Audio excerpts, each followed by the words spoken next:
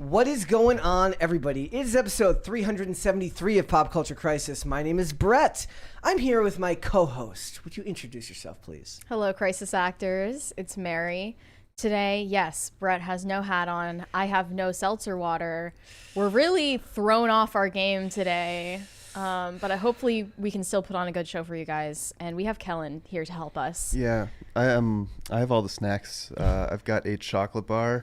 She, her, or he, him? A she, her, because he's not gay. Yeah. Yeah, I don't know. I've never been a fan of like the nuts in my chocolate. You know what I'm saying? Well, any other answer would have been a little sus. Or nuts right? in general. Yeah. So, but what's up? Thanks for having me, guys. It is Kellen. I do behind the scenes work for Timcast IRL.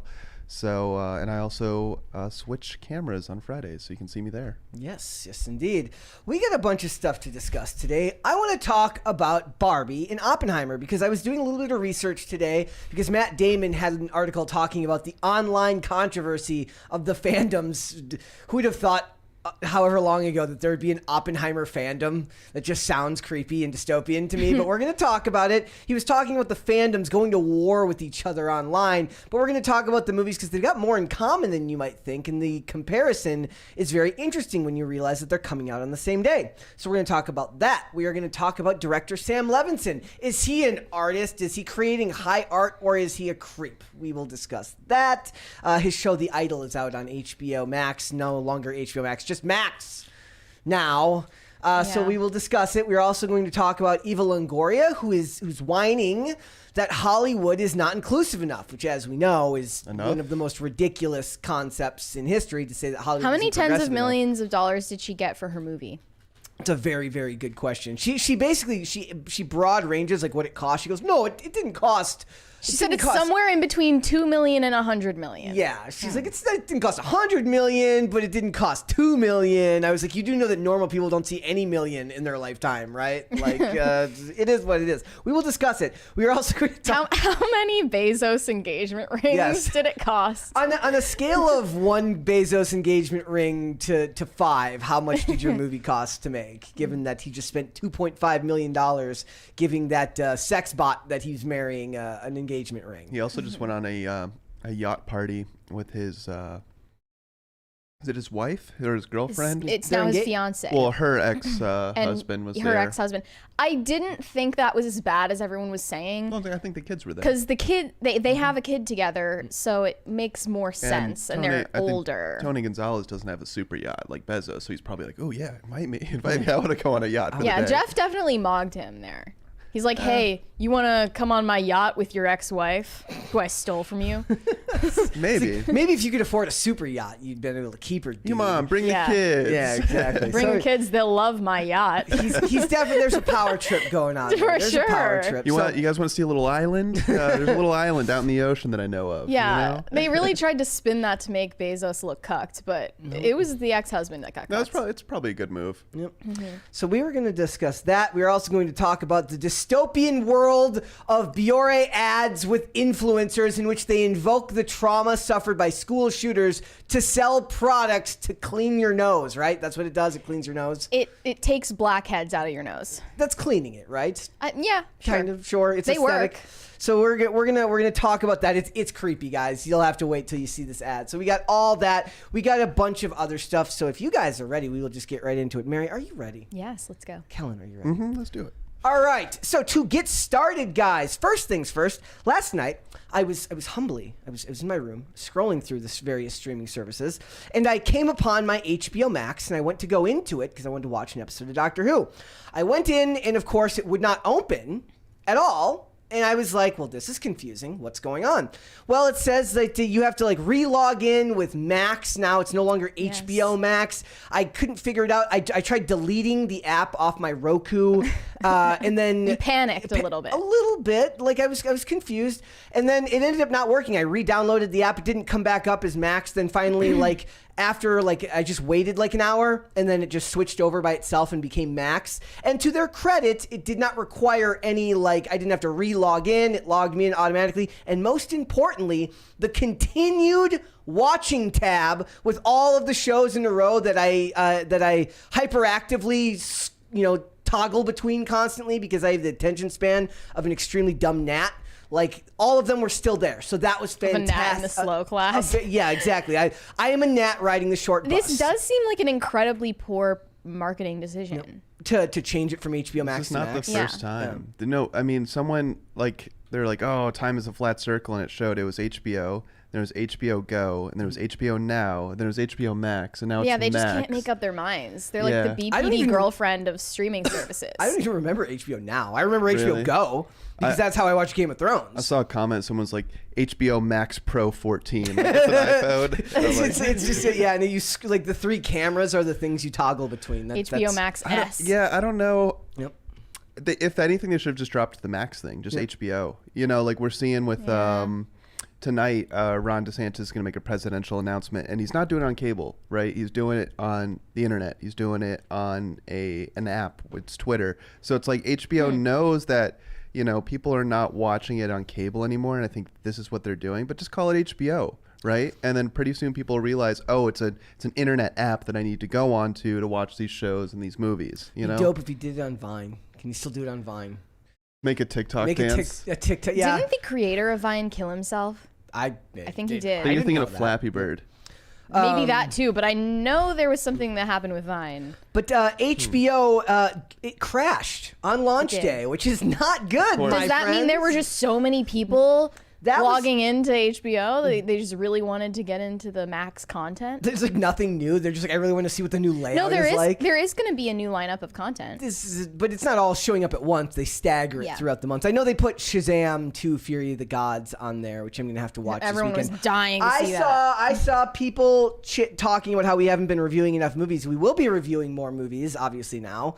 We're going I to haven't see- been reviewing No, enough but movies. you've been You've been on your No, yeah, on your review game. I reviewed The Mother. I reviewed Fast X, and Mary saw a lot of those movies. Like you went to see John Wick. You went to see like I saw John Wick 4. I flat out refused to see Thor: Love and Thunder. I saw- and I refused to see Ant-Man. I'm like, I'm I not saw doing that. Thor: Love and Thunder. I saw Ant-Man. Yeah. And I regret both. Yeah, see? So we're going to be, we'll be reviewing more movies. There's a lot of good stuff coming up. I'm fairly interested to see Transformers Rise of the Beast because I believe it's going to be one of those things where like, there's like kind of some woke articles that are coming out about it that are annoying, but I don't think most of that's going to make it into the film. It's too just big of a looks budget. like mindless garbage, They and I made- hate that. Sign me up. They made a very like drastic artistic change, and I can't remember which Transformers it was, but they all look, even though it's a live action movie, they all look more cartoony than they did from the original Transformers movies in like 2008, 2010 with Shia LaBeouf. Like Even though the technology has gotten better, the quality gotten better, I guess, you know. And lower. yeah, they made them look a little bit more, I don't know what the word is. Net in Yahoo says, doesn't the app crashing on launch day prove that it's just more popular than anyone would have thought? Usually when podcasts crash, you all talk about how awesome it is. Well, actually people said that. Do podcasts crash? Well, yeah, I mean, like, I Well, think how it's more about every censor. time that one Like, of our streams has a tech issue Yeah. or We goes blame- down, we'll be like, it's because so many people are watching and YouTube just can't handle the bandwidth. in this space, we don't say that. In this space, we say it's because the government's coming to shut us down. That because too. We're so We flatter important. ourselves. Yeah, but for like, I remember when Justice League, when the Justice League Snyder Cut came out, they crashed. They absolutely crashed HBO because of the amount of people logging on to watch it. So That it makes is it is sense. possible. It says, and they talk about the service is expanding with new products coming to it. I will never get an ad version of a streaming service. No, thank you. A lot of people are willing to watch I know. ads. It's crazy. It's sad too because there's so many shows that I want to watch that are only available on the fast services, the People free just- with ad supported television. They've got to start stealing content. I'm sorry. Like, am I allowed to say that on YouTube? I have no idea. You I just don't did know. Is it like it's not an incitement to violence, and it's an incitement to that. Criminality. criminality of some You should kind. go, but like, go as a pirate for Christmas or for Halloween. we've all like driven Christmas. without a seatbelt on, right? Yes. There was a It's sort of like that. there was a Call of Duty game from like 5 years ago that people were, it just got shut down because Activision are a bunch of cucks, but that's beside the point. You could actually go into the zombie mode, right? And there's this special mod that you could apply where you wouldn't die, so the zombies are just roaming around, and then you can actually watch like pirated movies Nice. in Call of Duty. Nice. So someone was like, you see their their characters holding the gun, and then he's watching the new Guardians of the Galaxy movie. It's like shooting at it. Yeah, and I'm like, that's pretty funny. So, in addition to everything going on with HBO Max. We have an update in which, if you guys remember Ray Fisher went on a tirade against Warner Brothers after what came out about him not getting along with Joss Whedon, everything to do with him feeling like Cyborg's role in Justice League was minimized, and they have excluded him from the HBO or from the Max launch icon roster for the Justice League movie. As you can see, we've got Henry Cavill, we've got Gal Gadot, we've got Ben Affleck, we've got Criminal Guy right here, Ezra and then we've got Miller. and then we've got Jason Momoa. So and somebody pointed out to me, they said, look, the big thing that Ray Fisher was talking about was he was saying, like, he was complaining about how the studio mistreated him, how Joss Whedon was a bad person and was abusive, and He basically called it a race thing. yeah, well, but he also complained about Walter Hamada and the studio executives, and he kept talking about, he kept using the phrase like accountability over entertainment, but he's been mysteriously quiet about Ezra Miller still getting to work despite the fact that he's been a one-man crime spree for the better part of the last 2 or 3 years. I like that Ezra Miller is just, he belongs to a studio, which is very old school Hollywood of him. What if he wasn't a real person? Like, there's this South Park episode where Bono's just actually a giant turd, like that they like nursed to health and became Bono. So what if that's just what Ezra Miller is? He's like this. Yeah. He's an amorphous creation of the studios. Yeah. He can be whatever they want him to be. Someone left like a sweaty rag in the corner, and just Ezra Miller was born. You know, It's totally possible. with all the drugs they do over there, it's very possible. Crept out of some kind of primordial stew. Like, no, it was on the set of like a science movie, and they like a bunch of fake chemicals came together to create a real thing on the set of something. There you go. I like that. All right, guys. I do also, before we get started completely, would you like this video and subscribe to this channel if you have not done so already? That helps us very much with the algorithm. And remember that all Super Chats, $20 and over, if you want to compliment me on my haircut, for instance. It is lucky that they made you take your hat off right after you got a good haircut. Yes. It took a long time for me to find a place to get my hair cut out here. So Don't remember, trust just anybody. No, you can't. Like, I have a story with that. I had the same girl that I went to high school with cutting my hair for like over a decade. She moved to California, and I'm like, look, I'll marry you if you want to stay. Like, she moved to California. She got married. Her and her husband moved to California because he got a job out there. I'm like, look, I'll marry you. You can stay. You don't have to go. Like, I'll take care of you. Just cut my hair. It's a dowry. Yeah, basically. Remember, 20 Super Chats, $20 and over. We will interrupt the discussion. We will read them right then and there, and then we will get back on the discussion. Now, I have to offer a bit of a mea culpa. The other day, we talked about whether or not it was possible that China was making it a race issue with their posters for The Little Mermaid, and from some posts that I saw on Twitter, it looks that is not the case. So this is the one we initially saw that was a Chinese release of the poster. This is a very American IMAX version of that poster that is not racially inclined. And then also, the other argument was like, well, what about the other one? They had the poster where her skin color was very clearly visible. There's also a Chinese version of this one. So it is important. I think just yesterday I went in a tirade. I said, I don't like race hustlers. I don't like people that want to do this stuff just for clout. I don't want to be that person. So if we were wrong here, and it looks like that we were, I think it's important that we pointed out that these posters do seem to exist in the space of both languages right here. So they've been released both places. I think that's important. This person who is correcting the record said, same poster in China. You can save your pathetic attempt to paint China, whatever the hell you want to paint it as. Yep. His page seems to be mostly about dispelling like racist rumors about China. Really? Yeah, like he puts in his. That's why I'm still suspicious. Like, I don't know what's true anymore. I know you could easily mock up a fake Chinese version of the American poster, and you would be none the wiser. Yeah. I have no idea what's going on. But just in case I only thought that this was true because of how they did John Boyega. Yes. In the Force Awakens poster. And also somebody pointed out they were looking at this old poster, the one of Black Panther, where they put his helmet on for one of them. And this is from another Twitter person. This is from back in 2018. It says, I do agree that Black Panther won't make huge in China. I guess they mean huge money in China. But please, the first one is a Hong Kong poster, not for mainland China. Disney China can't control the marketing in Hong Kong. You should do your research before criticizing something. If we were wrong, like, again, I don't know whether that's true or not there, but if we were wrong about these two posters here and there was absolutely an American and a Chinese version of the same one, then it is not fair to spin it as something that it is not. So whether or not this person made their own fake version of it, I can't say, but we may have been wrong. The China shills would. Yes. Well, but I don't know. We could easily be wrong. We could be wrong here. So it's at least fair to point out, I think. All the posters suck. You don't like any of them? They're all terrible. Yeah, and The Little Mermaid's supposed to be a children's story, and these are just like dark and dreary. It's like the U.S. one looks more lively and colorful than any of the clips of the movie have. Like, the actual clips of the movie do look dark and dreary. There's an amazing one that somebody made where it's the Little Mermaid in the air and Godzilla swallowing her. Oh my God. Like, that's the real giant. I want an Ursula mukbang. That'd be good too. They can make that. So just crab boil. just a heads up. I think it's important that, like, look, we can be very quick to point this stuff out because it's just so easy to talk about this stuff, right? Because you do see so much of this in the world today.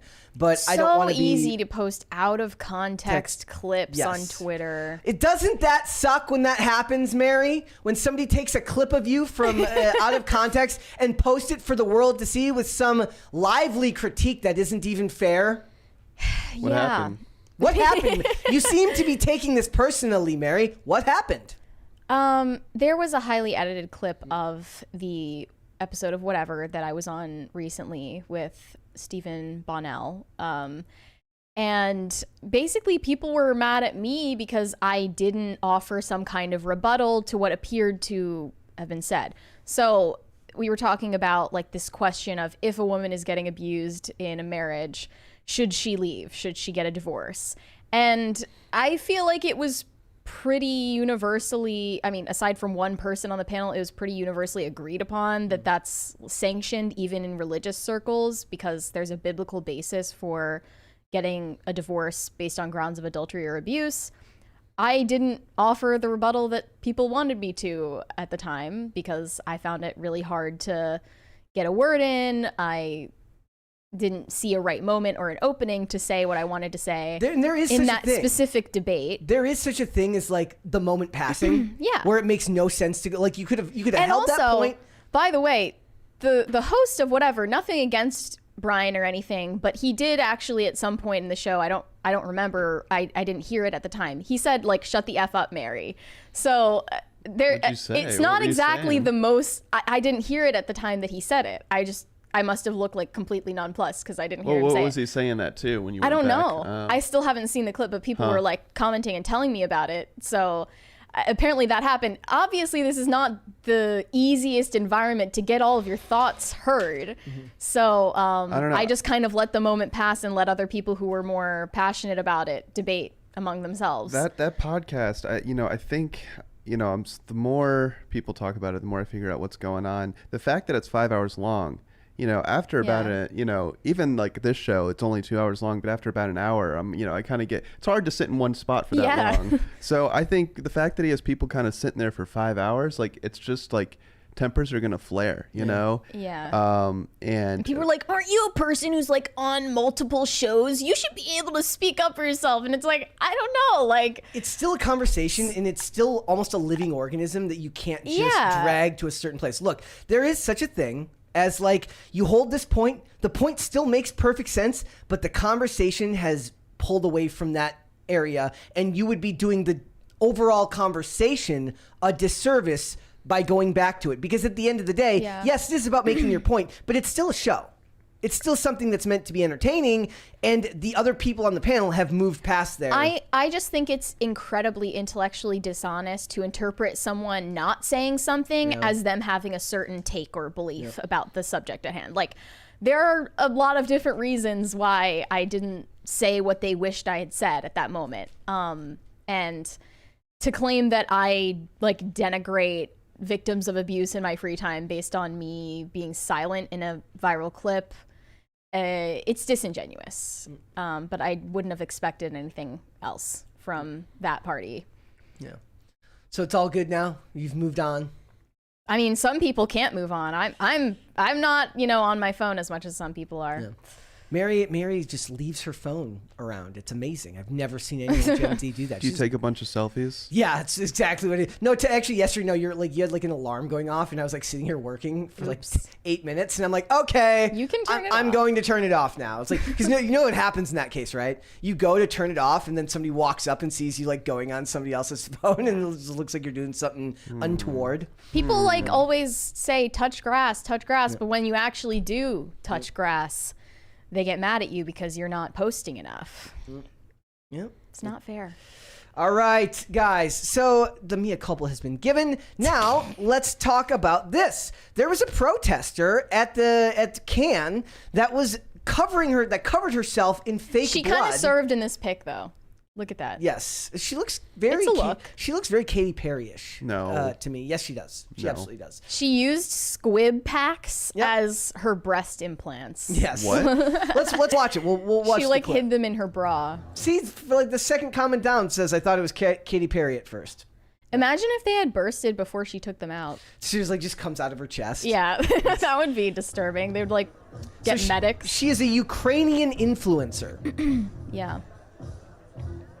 She's on. She's some like fitness influencer. Yeah. I don't know how she got invited in the first place. She is on Zelensky's payroll.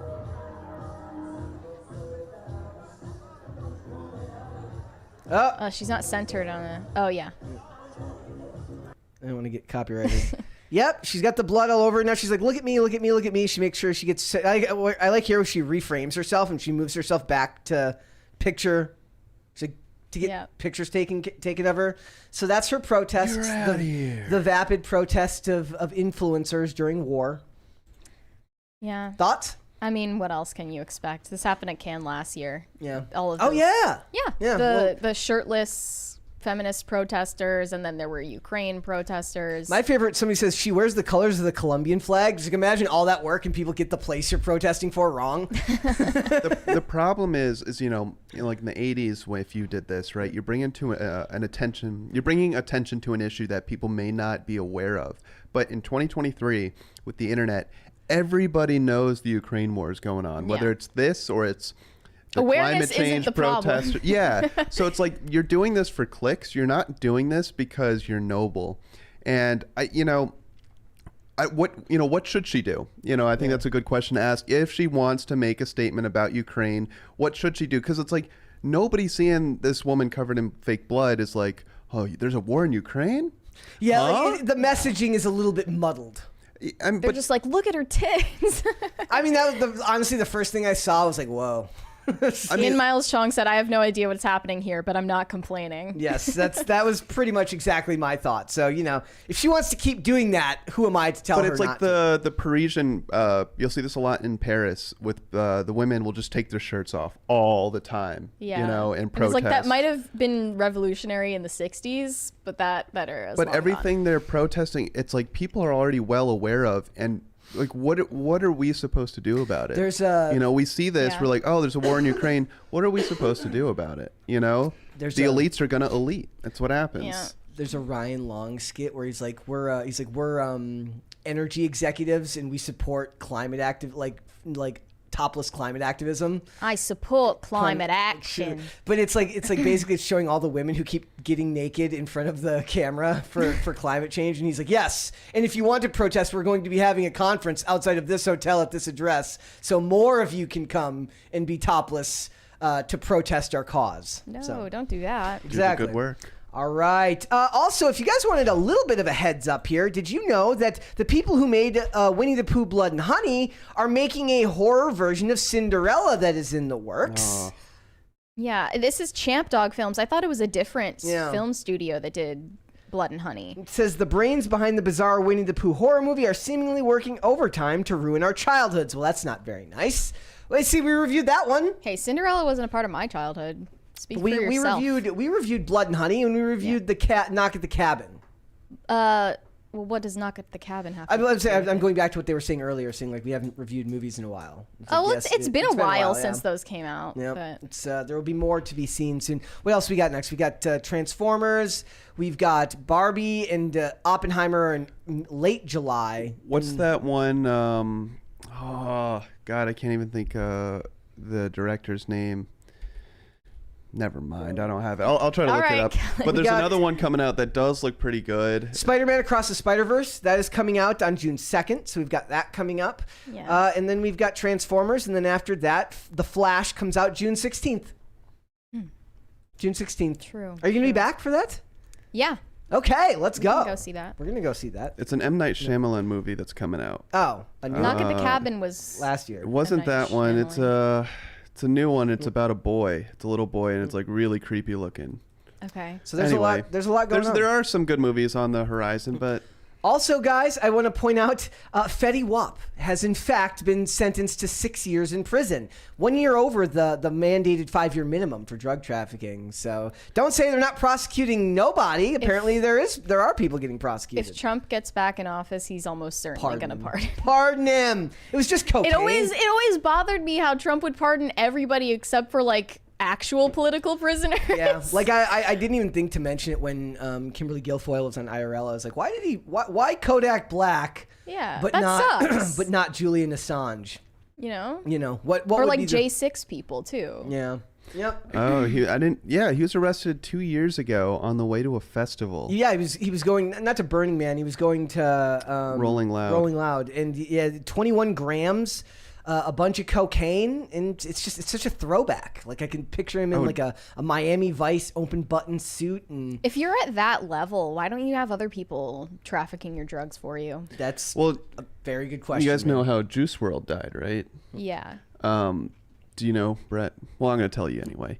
So he was on a plane. A private plane had all these opiates, and he must have been 21 years old at the time.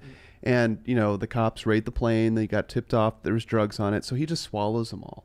It's like, I gotta hide these drugs from the cops. Dude. Swallowed them all and overdose, and it's just really sad. But I don't know. This happens a lot more. I guess people just don't trust others to handle their product, if you will. So. 500 grams. I misspoke. Not 21 grams. 21 grams wouldn't be personal possession. I don't think he had it on him. Yeah. He's pleading guilty to conspiracy to distribute at least 500 grams. Yep. If you scroll, it says they actually turned up 16 kilos in their investigation. So I don't know how much he got caught on him when he was on the way to the festival, but 16 kilos is no joke. I mean, yeah, he's running a whole op at it out there in New York, if that's how much they found. Yep. That's Didn't a he lot. make songs about crack? Well, Cooking it? Cocaine is so much it's so much more marketable than crack in the actual sale. All right, guys. Oh, also, did you see the? I'm sorry, I forgot. Did you see the thing about Candace Cameron Bure getting in trouble for saying that she hasn't eaten fast food in like 20 years, and then like somebody took a picture of her inside of a Chick-fil-A, and they're like, "Gotcha." She lied. About She not eating lied, fast food. but she had an explanation. She said, "No, it was for my son. I just had an iced tea." Yeah. So plausible deniability. Likely story. They're like, she's like, and they're like, well, there's only footage of her holding a cup. So They'll just come after this woman for anything. They will, man. She said she hasn't eaten any fast food but In-N-Out in the last 20 years. Why does In-N-Out not count? Well, there's a reason she still looks good. She's looking good because she's cut the fast food out of her. In-N-Out sucks, by the way. She probably doesn't eat it that Stand much. by I was that. not a fan of In-N-Out. Whataburger did hold up, though. I haven't had that. Also, so down good. on Fox for picking like the worst possible photos of her for this article. No, she looks good. They like this one looks like she's like desperate for some Chick-fil-A right there. She needs some, and she's very hangry in that photo. So she claims it was her son. So all right, cringe or cute of the day. Cringe. Cringe first. Yeah. All right. Why don't you tell everyone what this is, Mary? This is from Decolonizing Love on TikTok. I like how they used folks with an X here in the tweet. They made the corniest PSA about polyamory ever. It's just bad acting to me. I mean, I guess you can't make a PSA about polyamory without it being corny. Yeah. Let's listen. And also, like, fair warning, this guy's accent is the worst thing I've ever heard. I have no idea where he's from, but he just needs to stop talking forever. Here we go. Baby, I need you to dump her. What? Why? What's wrong with Sarah? She triggers me. Okay, that's concerning. How does she trigger you? It's her whole entire attitude. Whenever she comes The here, acting is so she good. acts like she owns our house. Okay, has she been messy? I also feel like we spend so much time with her. I miss us. I feel like She I've keeps been ignoring pushed his questions. aside. Hey, that's not true. Look, we all agreed that I'd be splitting my time with both my girlfriends. I've never neglected you. But I need you more than ever. My workload has increased. I need you by my side 24/7.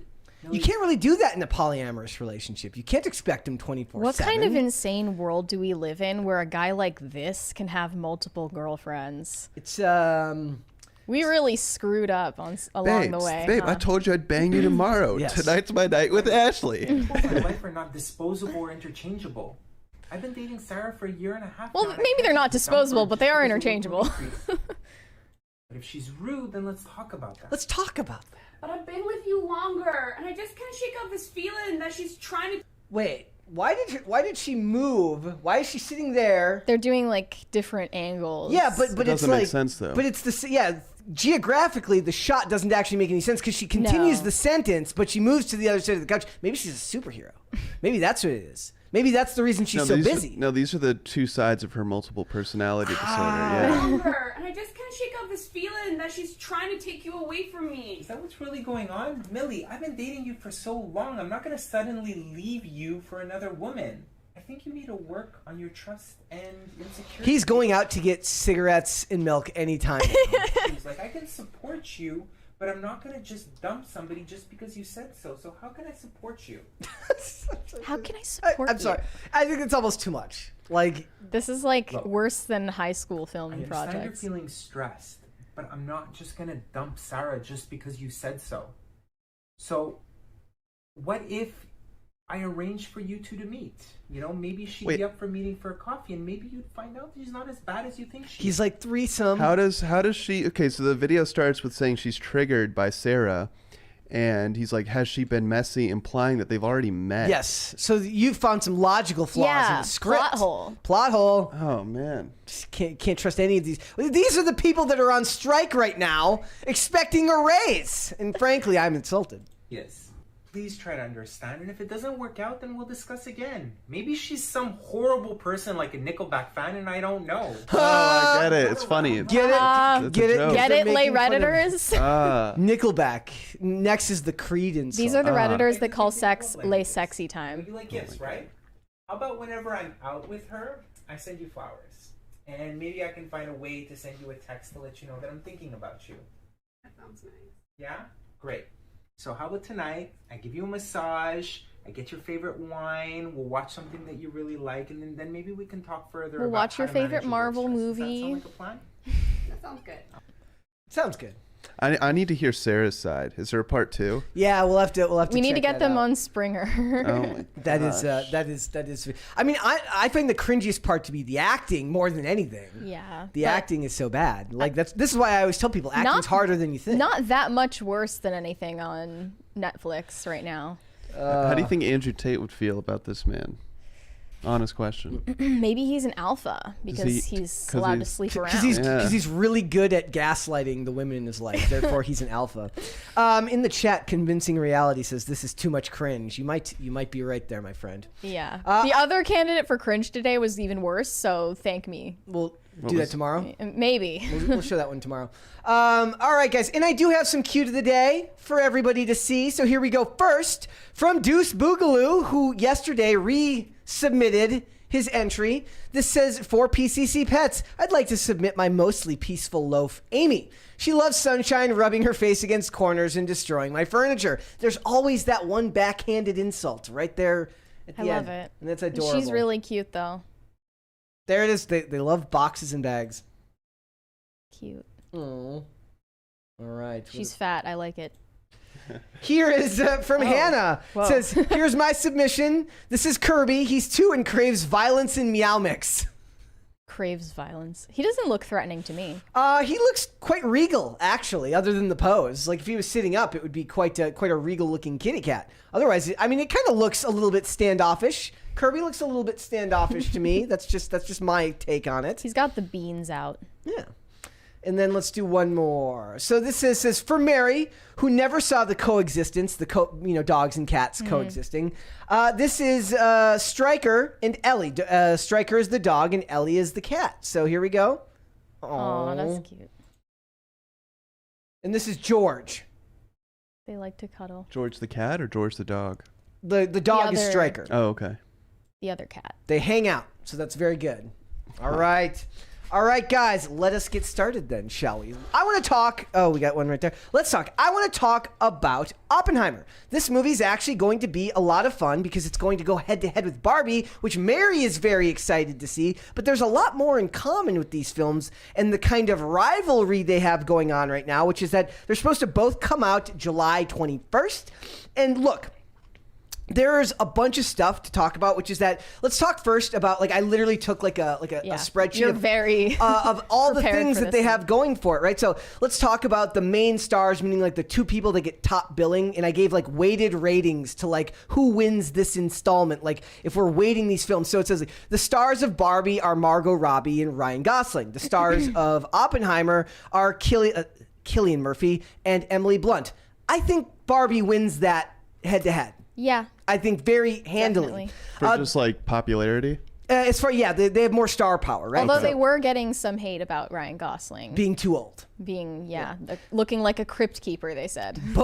Both movies have $100 million budget, which kind of is like an indictment on our culture, where Barbie gets as much money thrown at it as a movie about like one of the That's greatest. insane sense. because Yes. I've heard like that what's Nolan, Christopher Nolan, right? Doing Oppenheimer. Yes. I've heard he's like, there's like not very little CGI, but like some of the explosions are real explosions. Yeah. So that can't be cheap. So I just wonder if they both have $100 million budgets, where's all that money going to in the Barbie movie? Yeah. It's got to be, maybe it's the star power. The star power. Yeah, Yeah. and there's a lot of people in it. So I think then we have budget, $100 million for each, but I think more is expected for that money from Oppenheimer.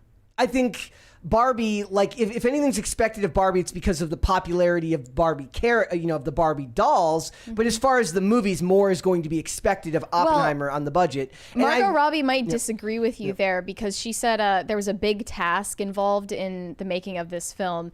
She said, "We want to honor the 60-year legacy this brand has, but we have to acknowledge there are a lot of people who aren't fans of Barbie. In fact, they aren't just indifferent to Barbie, they actively hate Barbie and have a real issue with kinda like- Barbie. it's kinda We like need to find a Barney. way to acknowledge that." It's kind of like Barney. So they're trying to win over people that hate this brand. So then we've got the directors. We've got Greta Gerwig and we've got Christopher Nolan. Greta Gerwig, who did Little Women, Barbie, and Lady Bird, and then you've got Nolan, who did what?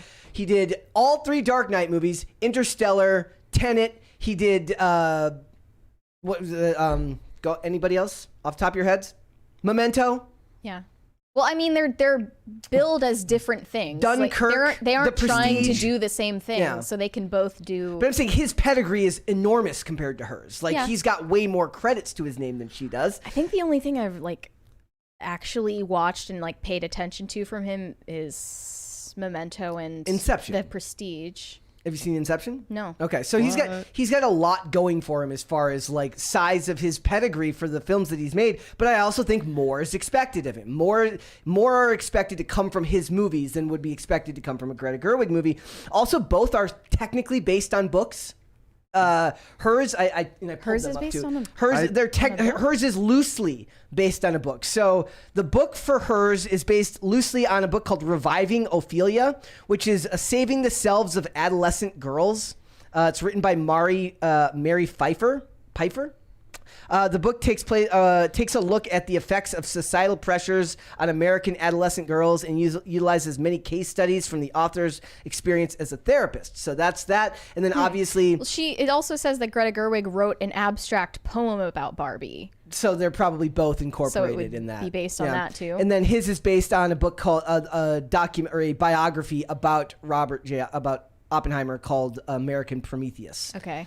So technically that, and then also the studios. So Mattel and Warner Brothers are making Barbie, and then it's Universal and Syncope, which are making Oppenheimer.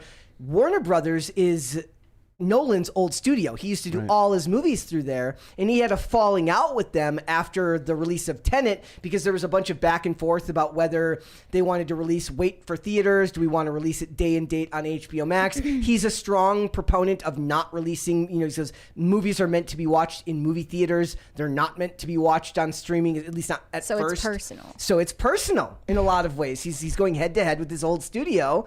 And it's going to be interesting. I don't know where the culture is going to go. It's more like boys versus the girls and the gays than anything. Well, I was just gonna say, I don't think First of all, I haven't heard that these are actually gonna like compete. They are competing. They're coming out the same weekend. Yeah, that's not. You're technically still that means competing. nothing to me. No, because yes, it these does. are completely. These are, dude. No one that was gonna see Barbie is then gonna go see. Dad, who's bringing his daughter to go see Barbie, would definitely go see. Will they though? They're going Are after little girls gonna go see different audiences? Are little girls gonna actually want to go see Barbie? Because I don't think Barbie is not a kids friendly movie. Boyfriend and girlfriend have to choose their movie for the weekend. Does the boyfriend relent and say, "Fine, we'll go see Barbie"? Do a double feature. Or do they go to both? Right? Yeah. There's going to be a lot of theater hopping. I would agree with you, Kellen, that 80%, yes, it's different audiences, but it's still very rare that two movies of this size come out on the same weekend. Normally, they move movies around so that they can come out at separate times. I wanted to mention Matt Damon's response to this war between the Oppenheimer and Barbie fans. He said, "This is the first I'm hearing about it, actually. I haven't paid any attention to that. People are allowed to go see 2 movies in a weekend. Oppenheimer is one of them." I mean, that's that's a little bit over the top to think that we as Americans can just afford to go spend the amount of money it takes to go to see a movie twice in one weekend. Yeah, that's why I fully endorse theater hopping for this situation. Not that I myself will do it. But I wouldn't have expected him to pay attention. Okay, in the chat, Javier Vasquez says Oppenheimer is going to demolish Barbie, not even in the same realm. I don't know about that. As far as how much money it's going to make? If you're talking money, I don't know about that. Like, I understand that Nolan has strong pedigree and that people really, really love his work. But, I mean, do historical documentaries make... See, to me, Barbie seems biography very much so as a chick flick. Yeah. And what other movies, even now or some other time during the summer, are coming out that are aimed at women? I can't think of one. Is it easier to get men in theaters? It does seem that way. I'd have to, especially because of action films. Point me to information on that. Action films are the biggest blockbuster moneymakers right now, and they appeal more to men than women. Well, then who's going to actually come out to the theaters, right? Are the women going to pull something not in the realm of their WNBA support and actually come out and support Barbie, or are the men? WNBA is women doing something that men are better at, but Barbie is just like fully the bread and butter of female filmmaking. I think Barbie might take the cake because there's really, it's one of the only chick flicks that I think are coming out right now. But also, we have a feminist chick flick. dumb country. I guarantee most people don't even know who Oppenheimer is, and they're like, "Oh." I don't agree with that. I think most people, at least have heard of him. No, but because we talk about so much on the show, I think we are probably a little bit more informed than the average American. I think the average American knows who Barbie is, but not Oppenheimer. As sad as that is. When we were arguing about is Biden more worldwide known as a household name than who was the competitor? I don't remember. It was some celebrity that we were comparing him to. I don't remember who it was that I said. But whoever it was, I said the other person. But I'm pretty sure you were on the show that day when we were arguing about that. I can't remember. Is Biden more famous, or at least is his name more well known in the globe than a movie star's name? Maybe it was Tom Cruise or something. It wasn't. I don't remember who it was, but yeah. I mean, I tweeted it. I tweeted that question. Barbie definitely has less barrier to entry, I would say. Margot Robbie has not proven herself to be a box office lead, as we've talked about before. She's a great second star. She's an ensemble. She's an ensemble star. Trailer-wise, Barbie combines, if you're talking about the teasers that are on the official websites, not obviously, they get re-uploaded by other sites. Barbie has a total of 31 million views between the two trailers, and Oppenheimer is about 65 million views between the two trailers. I think dudes will come up just to see how they make the nuclear explosion work in the movie. I mean, the trailer or the teasers that did come out that I saw in previews at other movies looked badass. It was really, really exciting, and I was like, ooh, I can't wait for this to come out. I don't know. It's a good toss-up though, but I do think it's still vastly different audiences. So I don't know if they're gonna win. Do women go to movies alone? Do women and men go to movies alone? In that case, it comes about who's going to see it. Are dudes going to go with their friends to go see Oppenheimer? Are women going to go see with their Men are more girlfriends? likely, I would guess, to go to a movie alone than a woman. I was gonna say I would do it. I would go to a movie alone if I really wanted to see it. No problem. Do women do that? They're probably much not. less likely. Okay, to. so if are the girls going to go with a bunch of their girlfriends to go see the Barbie I think movie? we've Probably, lost. yeah. I think we've lost that as a culture, though. I think that early like 2000s kind of like thing where all the girls will. Oh, go it's out J.K. to the Rowling. movie. It was Oh, yeah, Joe Biden or J.K. Rowling. And I still stand by that J.K. Rowling is more famous. Way Her more name, her though. is way more famous worldwide. Harry I would Potter say Harry Potter's more is more popular than recognizable Biden. than Yeah. Biden. But we're not going to rehash this whole argument Anyway, over again. Yeah, I don't know if girls are really still going out and. Like The Notebook would be one You of know what? those. I'm I'm gonna They end. also, it's I- not a rom-com, but it is a chick flick. I'm ending It the is poll. a rom-com, I would say.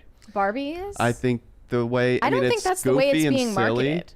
No, but like think about it. There's gonna be funny, parts where Barbie is on her roller skates, but it's also a Greta romantic. Gerwig doesn't make rom-coms. Ken is supposed to be basically, the joke is that he's an afterthought of the whole movie. Like, Barbie is everything, Ken is just Ken. I'm changing the poll. I ended the poll. I'm saying which one is going to make more money. But Barbie I or- also don't think that, I don't know where I was going with that. I'm asking people which one is now. I please need to ask you. Would you please tell me? Which one is going to make more money? I am once again asking you for your financial support. Which one is going to make more money? So I want to hear what everyone has to say about this one. I honestly have no idea. I'm gonna vote Barbie. You're right that they are completely different audiences, but this is a tandem experience for most people. Like you said, maybe some men go to a movie alone more, but how often do you actually go to a movie theater and see somebody by themselves? Rarely. So in that case, you're in mixed company. So then it becomes about who makes the choice. Is it the guy relenting to the woman and saying, "Fine, we'll go see Barbie this weekend," or is it the guy saying, like, "No, I want to go see Oppenheimer. We go to this." Isn't YouTube predominantly viewed by men? Like the user base is yes, it what, is. 60-40? I think it's more than that. or I more. think it was 70 So or maybe something that like is the reason why the trailers for Oppenheimer have more views than the Barbie ones. Sketch there are just therapy. more men using YouTube. Sketch Therapy says Oppenheimer will be the most explosive movie of the summer. Yes, it will. Yes, Atomized males are going to go see this movie I think about that an is, atomic bomb. Not just because it's Nolan who prefers theaters, but like if you're thinking about what movie's gonna play better in a theater, it's gonna be the violent one with explosions, Oppenheimer not the goofy, colorful Barbie movie. That can be watched at home, no problem. Like I'd almost rather watch Barbie at home at the comfort of my own house than go to a theater for it. The chat's really interesting right now. China Reyes in the chat says Margot Robbie will bring the men, boyfriends, husbands, and Ryan Gosling will bring the ladies. Maybe 5 years ago, I don't Ryan think Gosling does not look very appealing. Yeah, in those these are trailers, though. these are kind of after, like there are new stars. Margot Robbie is not the same status as she was like when it was Wolf of Wall Street, and that was 10 years ago, right? Mark Alcatraz says you can tell Brett got a haircut for the hatless. It stream. wasn't just for the It hatless was not. stream. I had already gotten a haircut, my friend. 1,000-Foot Dirtbend says Kellen is correct. Wouldn't want to be caught watching Barbie in public. Look, I don't That's know. you, though. I don't know. I don't know. I just think of it as like this is a thing where the audiences are usually mixed. You don't see a lot of people go to movies by themselves. Now that I think about it, I see more like groups of men, like guys going to the theater, I guess. So maybe in that case, Oppenheimer has an advantage. Like guys, I would come out. guess that men are more likely to go to the theaters in general. Yeah. So I don't know. Men and couples are more likely to go to see movies than just a woman. You know what he alone. should do? They should like go back and refilm a scene and put a little toy Barbie on whatever they're about to explode in Oppenheimer. That would be hilarious. That would be amazing. But I think it's cool. I mean, you look at, I was reading this article and they say, it's just, they're revealing more of how this movie's going to be. Not unique is not the right word. There's hold on. There's a $20 one right there from Deuce Boogaloo. He said, I think Barbie will make more on opening weekend, but once reviews come out for both and Barbie gets bombed, no pun intended, because it's likely awful feminist cringe, Oppenheimer will make more in its entire run. I'm not so sure that Barbie is going to be feminist cringe though, just because it's Greta Gerwig. And then the question is, okay, how big is Barbie outside of the U.S.? That's a good question. I don't know. Will the Oppenheimer story play better internationally? I don't know. I mean, it's an American story. I don't know. Yeah. It's- I mean, Mattel is like a worldwide brand, but I think the allied countries of World War II will probably have an interest in Oppenheimer. So Jacob Edler says Barbie has a lower budget. No, $100 million for both. are Japanese people going to go see Oppenheimer, or Well, does that hit too close to home? those were the jokes that I saw, because they're like, oh, he created real sets and, you know, just set off real explosions. And so it's like the Japanese people reading this right now, you know, and like the Nagasaki residents are like, oh no. But that's a great question. Like, if you're, I don't know if there's anyone that's Japanese in the chat or has Japanese family, but how do you think they'd We're more feel talking about about this like, movie? is China gonna Jacob watch Oppenheimer? Edler says Brett's wrong. Families will see Barbie, but not Oppenheimer. Barbie will make more money and more profit. But I don't think Barbie has been marketed as a family-friendly movie. Nope.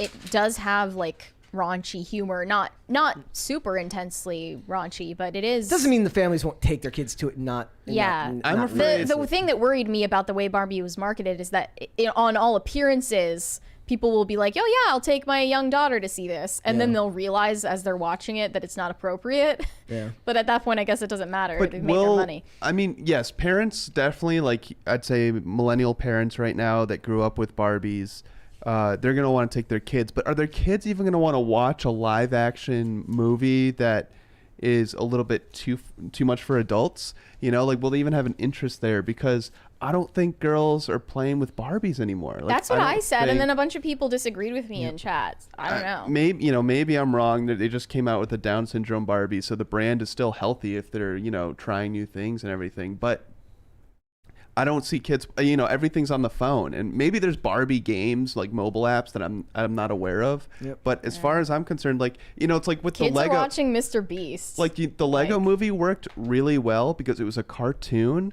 but then it also had like subtle jokes for the adults who grew up with Legos, right? And it had a star-studded cast in terms of voice actors. So I think the Lego movie kind of had mass appeal. Yeah. You know, and I don't know if Barbie, I think Oppenheimer might have a little bit more mass appeal than Barbie, but then again, we have to trust that the average American knows who Oppenheimer is. Yeah. They You don't. know, They don't. probably not. So hopefully the trailer with just big explosions going off will convince them to see it. But Here's the thing. Yeah. Nolan has the type of name that people who Right. don't give a crap about Oppenheimer will go see a Nolan movie because it's a Nolan movie.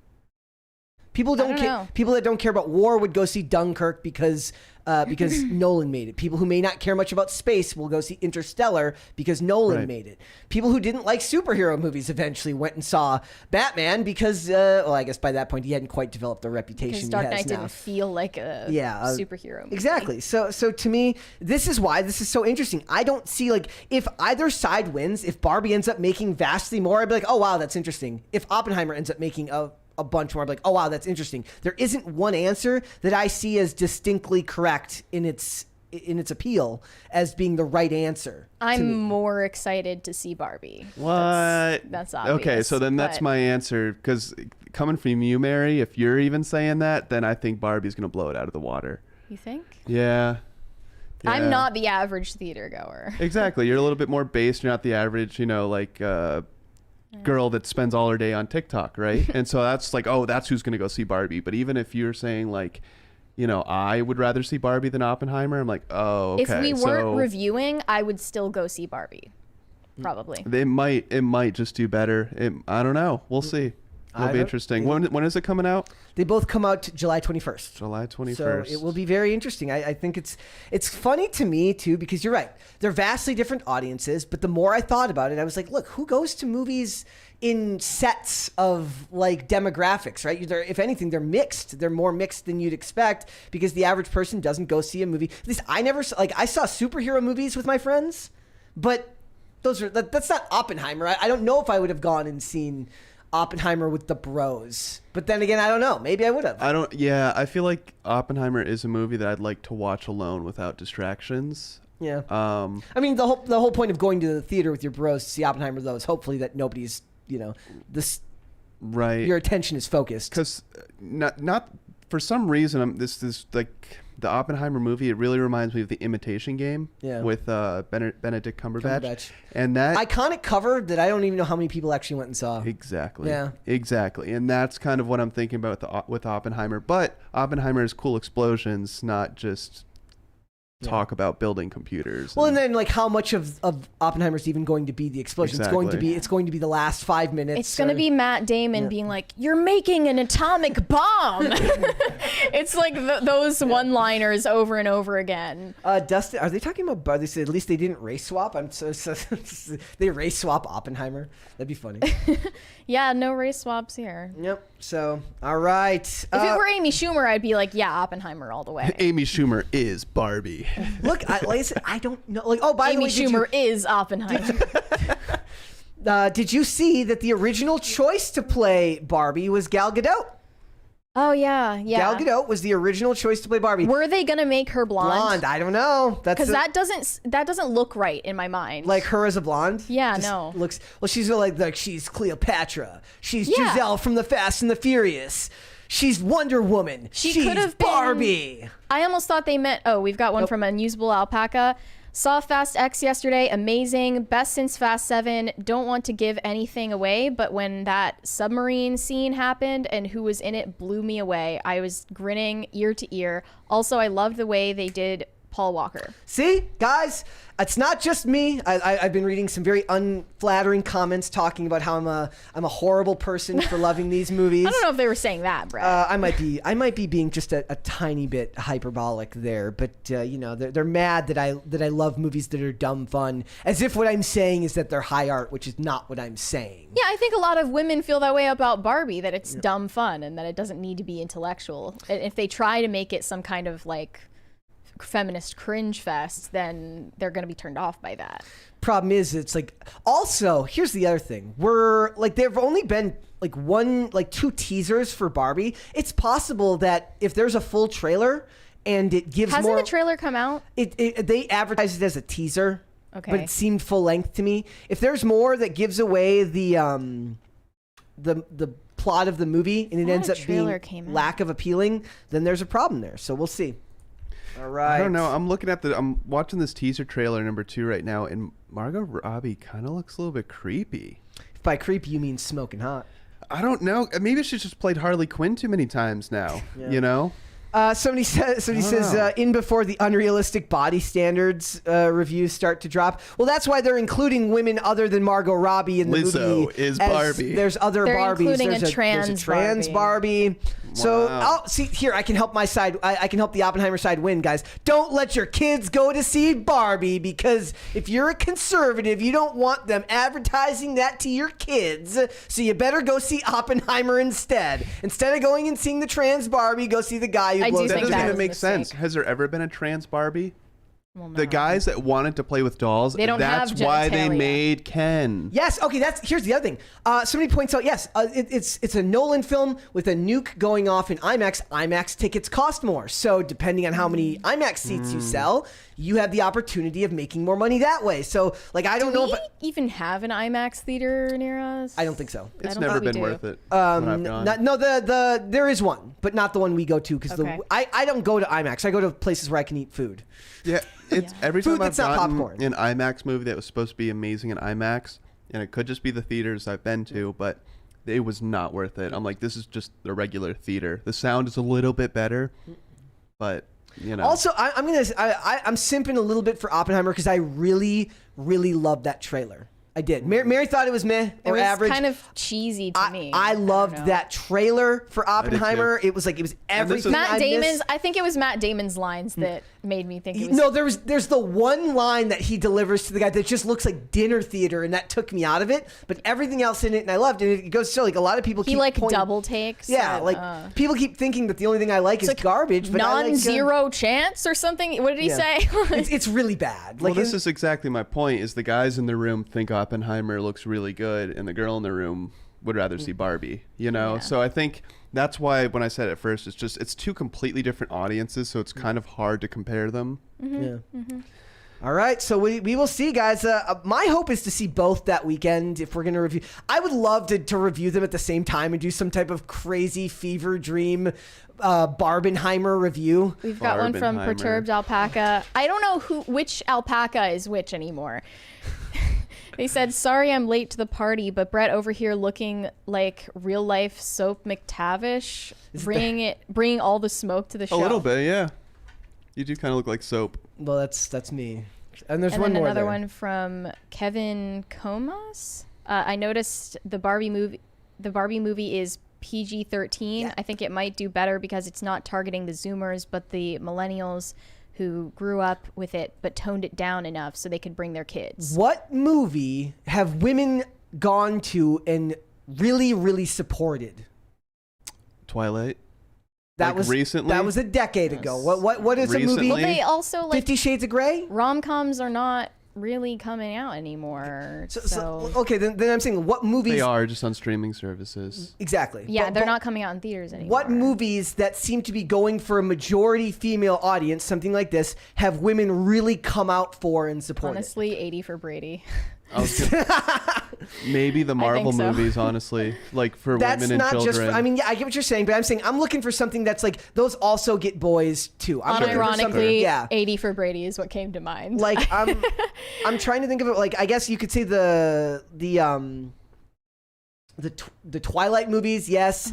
50 Shades of Grey was probably a majority Old female, ladies. old lady The female Notebook, audience. Dear John. But those are Old. we're way past But I think those now. I think I don't know why they wouldn't put it in theaters. Hunger but Games is a good example. Hunger Games was definitely. I don't think that was a woman. I bet you it skewed. If it skewed men, all it skewed, young adult yeah. audiences Yeah. skew female. So I that gotcha. from the young adult Oh, Magic literature Mike. fans. Magic for sure. Mike, yeah. Magic but Mike, the last one even- bombed. Yeah. I think the last one went straight to streaming. Yeah, I don't. That's a good question because I don't know how much money goes into the average rom-com, even the super successful ones, to make. So it might just make more sense to put them They on cost streaming less. services. Exactly. Right. So Birds of Prey. Nobody supported that. So, Yeah.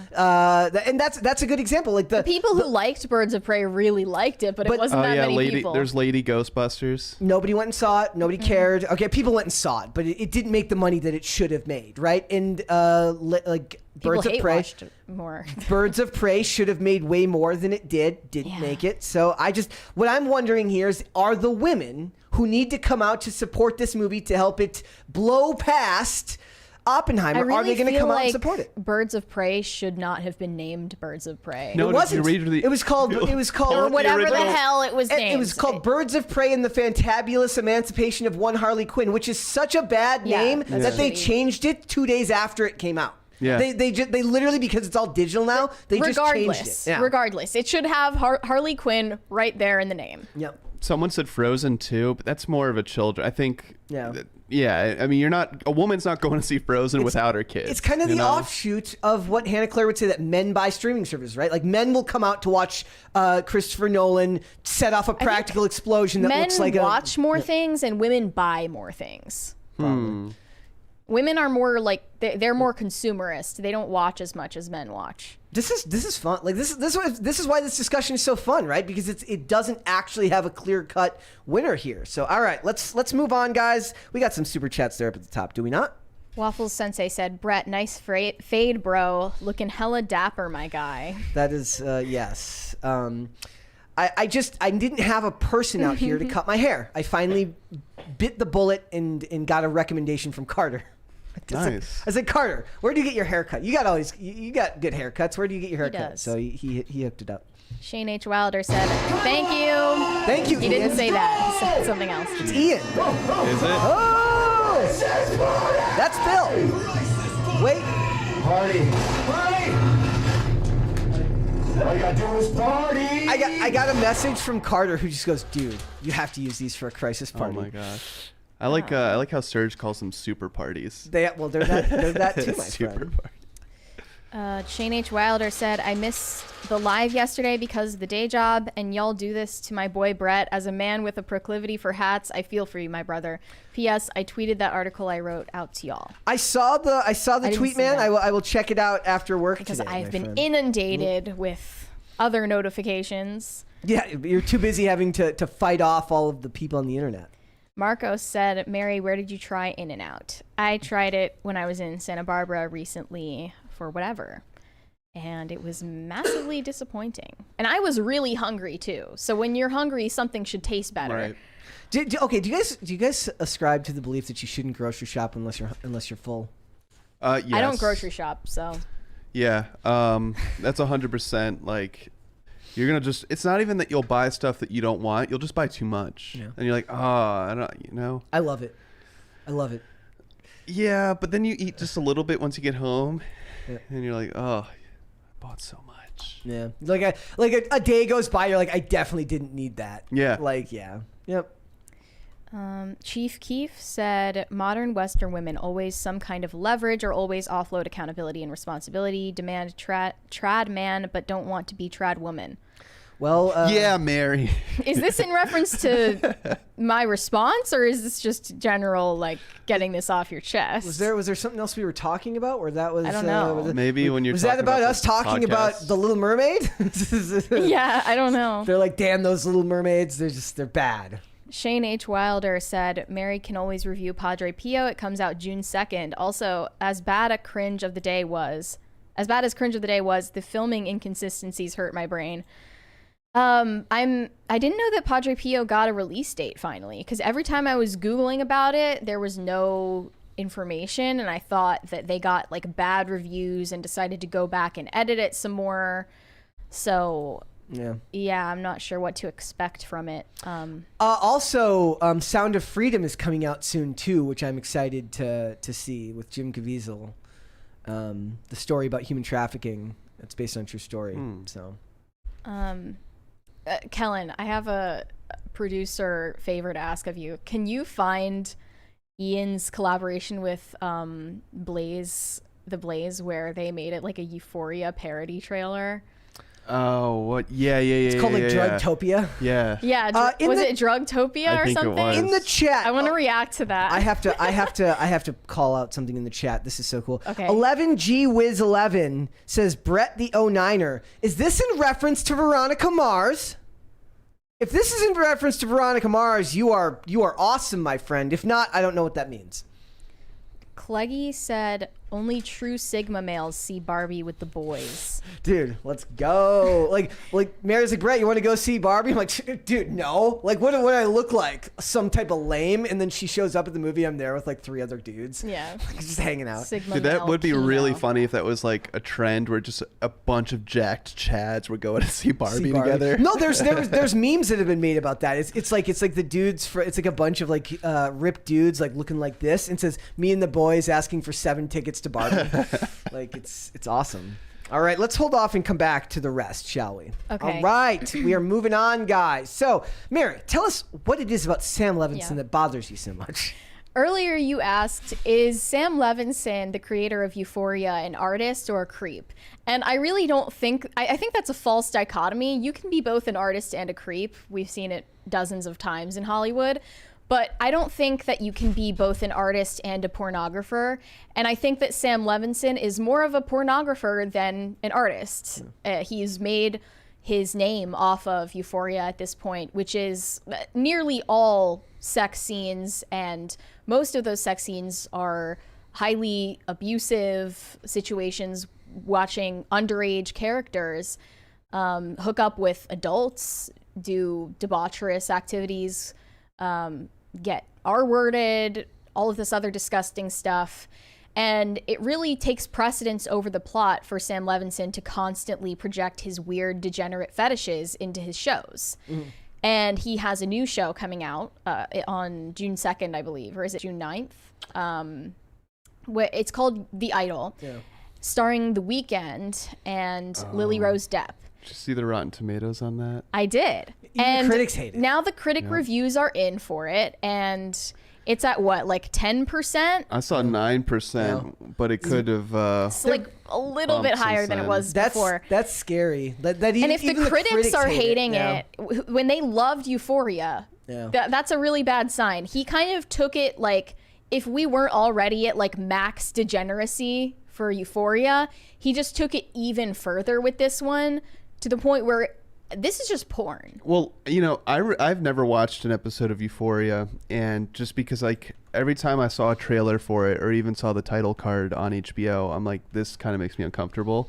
And it's like, I feel like, there's that old saying that if something bombs on the critic score, it usually means it's actually a decent movie, right? That will not be the case for this. I don't, but think about all the people that are huge fans of Euphoria. They might love the fact that he's even pushing it further into this realm. By the way, Euphoria skews female, which is in line with our word 100%. fantasies are inherently a far more. Well, 50 Shades. We were just talking about 50 Shades Women. of Grey. Yeah, it's like I don't understand it at all. This was a man at the helm creating this show, but he's creating it for women. I think what he's creating Sure. is what he thinks is accurate to the American teenager's experience, and it's anything but what the average teenager experiences in America today. They're partying, doing drugs, having sex, and doing all of this debaucherous craziness, going to rehab, and all statistics show Gen Z is not doing any of this stuff. Right. They're having less sex. They are partying less, in general, socializing less. They're living their lives on their smartphones. And watching Euphoria, if anything, is more so them fantasizing about a life that they don't experience. Maybe that's why it's so popular, because, when you're spending all your time on your phone, you feel like you're lacking that party lifestyle that you've seen in the movies that your parents talked about they experienced when they. Is this really something that should be romanticized and promoted in media? I don't think maybe I don't know who the fan. I don't know if it's young girls watching the show or just women in general. I'm gonna use Euphoria as the guideline for this.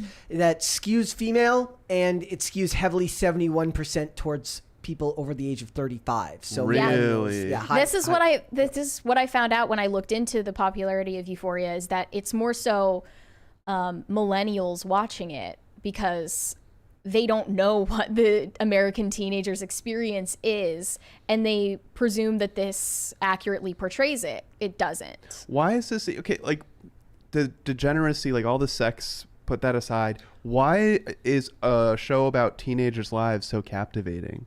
Yeah, and why couldn't it be made about college students who are far more likely to even engage in these behaviors? Or women in general? Like Euphoria really reminds me of A Requiem for a Dream. Yeah. I've never watched Euphoria, but Requiem for a Dream follows that same path of really degenerate, dark drug use and sex and abuse. One of the few things I still can't watch. Like I've worked my way back to being able to watch. Like I can watch most stuff involving drug use now, unless it's the really, really, really hopeless stuff that speaks to where I actually was at one point in my life. So, but the difference there is there was an old woman. There was a young man. There was a middle-aged woman. So there was like a broad spectrum of demographics that were living this degenerate lifestyle. Compared to Euphoria, that's just just like Teen Wolf, X-rated. So I don't. Mm-hmm. Yeah, I don't understand. Like Sam Levinson's one thing for me creating this, but it's another thing with how popular the show is. Definitely one of the more popular shows in the last. I don't know. How many seasons are there? It's only 2 so far. Oh my goodness. Yeah. The third one is going to come out. But he's kind of HBO's darling now, where he was able to take the reins fully creatively for this one. A $20 one right there. Unusable Alpaca said, "I be the real alpaca." Others are fake news. In other news, I'm loving your shirt and hair today, Mary. Yours too, Brett. Also, your recommendations. I'm one of those people that will go see Barbie and Oppenheimer back to back in the same day. Damn, that's commitment. Which will you see first? I think like is that what it says about you? It's like, which one do you go see first? See, I would think like for me, I would want to see Oppenheimer first, but I want to see Oppenheimer at night. No, if you're gonna see both, you got to go Barbie first, because it builds up. Any kind of like stress or tension in Barbie is not going to be anything compared to the stress in Oppenheimer. So you get that nice cascade. Wait, so you don't go see Oppenheimer first and then have the cool down with Barbie afterwards, and you relax out the evening with Barbie? I don't think I could relax with Barbie. 11G Wiz says Brett Veronica Mars was underrated. You are so right, my friend. Okay, Mary. There's this piece from EV Magazine where it's titled, "Does Euphoria creator Sam Levinson have a sinister obsession with underage teen girls?" In almost every episode of HBO's hit series Euphoria, there is no shortage of bare breast nudity and intensely sexual situations involving actresses portraying underage teen girls. And I would say that he does. He even found one of the actresses for the show, Chloe Cherry, watching a porn parody of Euphoria, and then cast her in the show. And immediately, her first scene filming for the show, he insisted that she be fully nude. And it's always other people on the set that reportedly make him reel back on all of the nudity and debauchery. And they're like, maybe that's not necessary here. And he relents, but it's always him that introduces it in the first place. And I think that he does this as a cloak for not having as many artistic merits. Yeah. He uses shock value instead of actual art. And he's claiming that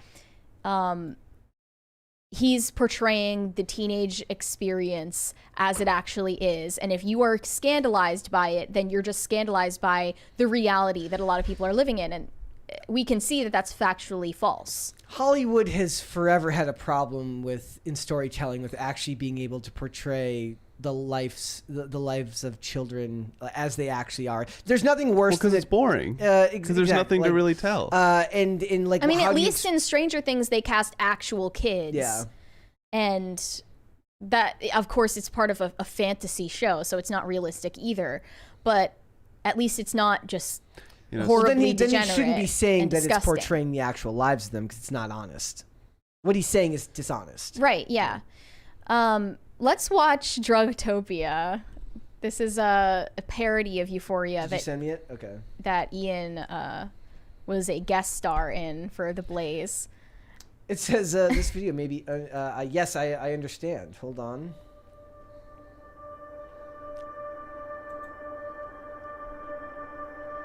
Are we watching the whole thing? Let's do it. It's fun. Yeah.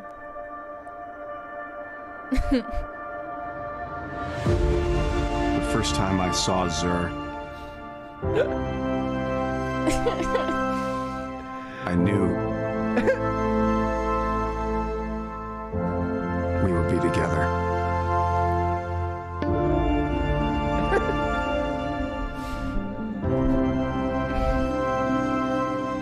The two of us. Or a third. I'll go back to full screen. And drugs. The two of us and drugs. I just wanna do some drugs. I don't care where they're from. Pass the pipe into the fun. I can attest that those ones do stick to your. They do. They do. Let's go out and play with guns. What we're really trying to do here is something original. Something people have never seen before. If you're gonna keep sleeping with my father, then I'm gonna keep doing drugs. The last time a show was made about teens having sex and doing drugs, like a couple weeks ago, it didn't quite have this amount of sex and drugs in it, so we are really breaking new ground here. So my parents are throwing an orgy for my 14th birthday party.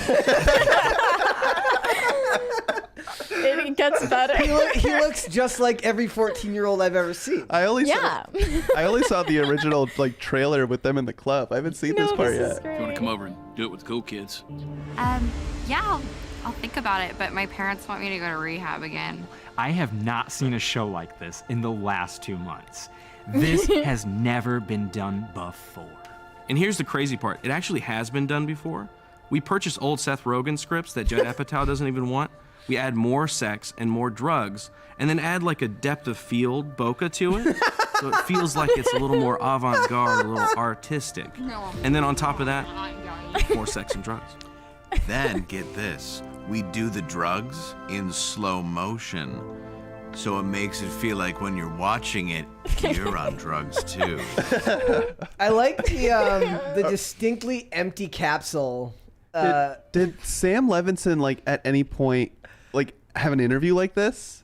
I mean, where he's talking about like the groundbreak, like he does think that he's doing something groundbreaking because he said that after his wife read him the expose on the behind the scenes of The Idol, he was like, we're about to have the biggest show of the summer. I heard that like he really thinks he did something. The Weeknd came out and said, which is just one of the dumbest things I've heard a celebrity say in a while, that he forgot how to sing because of the movie The Idol. I don't even know what that means.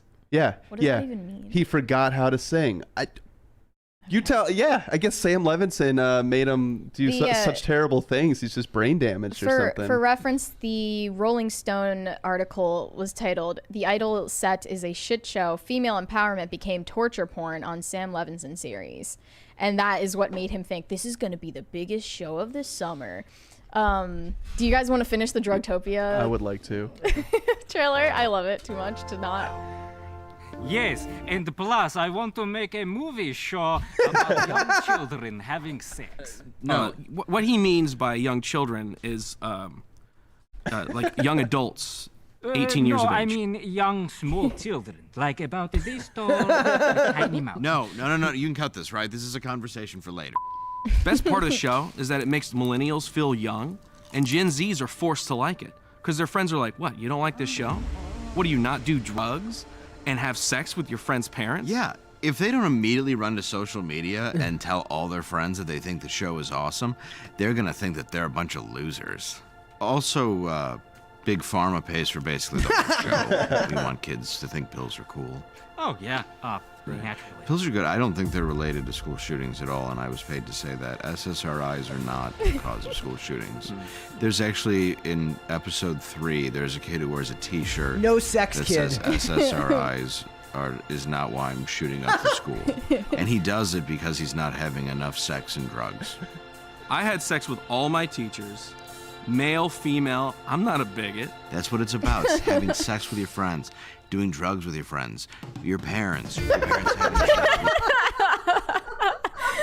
with friends, having sex with the teachers, having sex with the janitor's having sex with you. Then, of course, there's your uncles, and then there's your friends' parents, high school, relatable. That sounds hot, man. I can't wait to watch the next episode.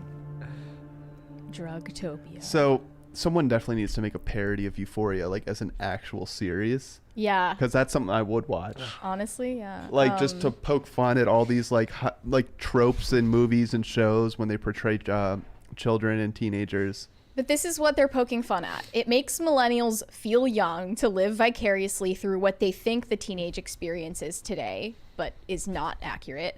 And it's also, in a way, like furthering the hypersexualization of our culture that is making Gen Z so afraid of sex in the first place. Yeah. Because I guess for Gen Z now, sexuality is something they only experience alone with their phone. Yeah. Like that's really the dystopian reality that they're not willing to show. Ian was saying last night, and I actually agree with him there, is that when you're constantly flooded, whether it's pornography or just regular degenerate television shows and movies, when you're constantly, especially young men, when you're constantly flooded with that, and that's all you see all day, right? It's going to bump your testosterone. It's going to get you excited.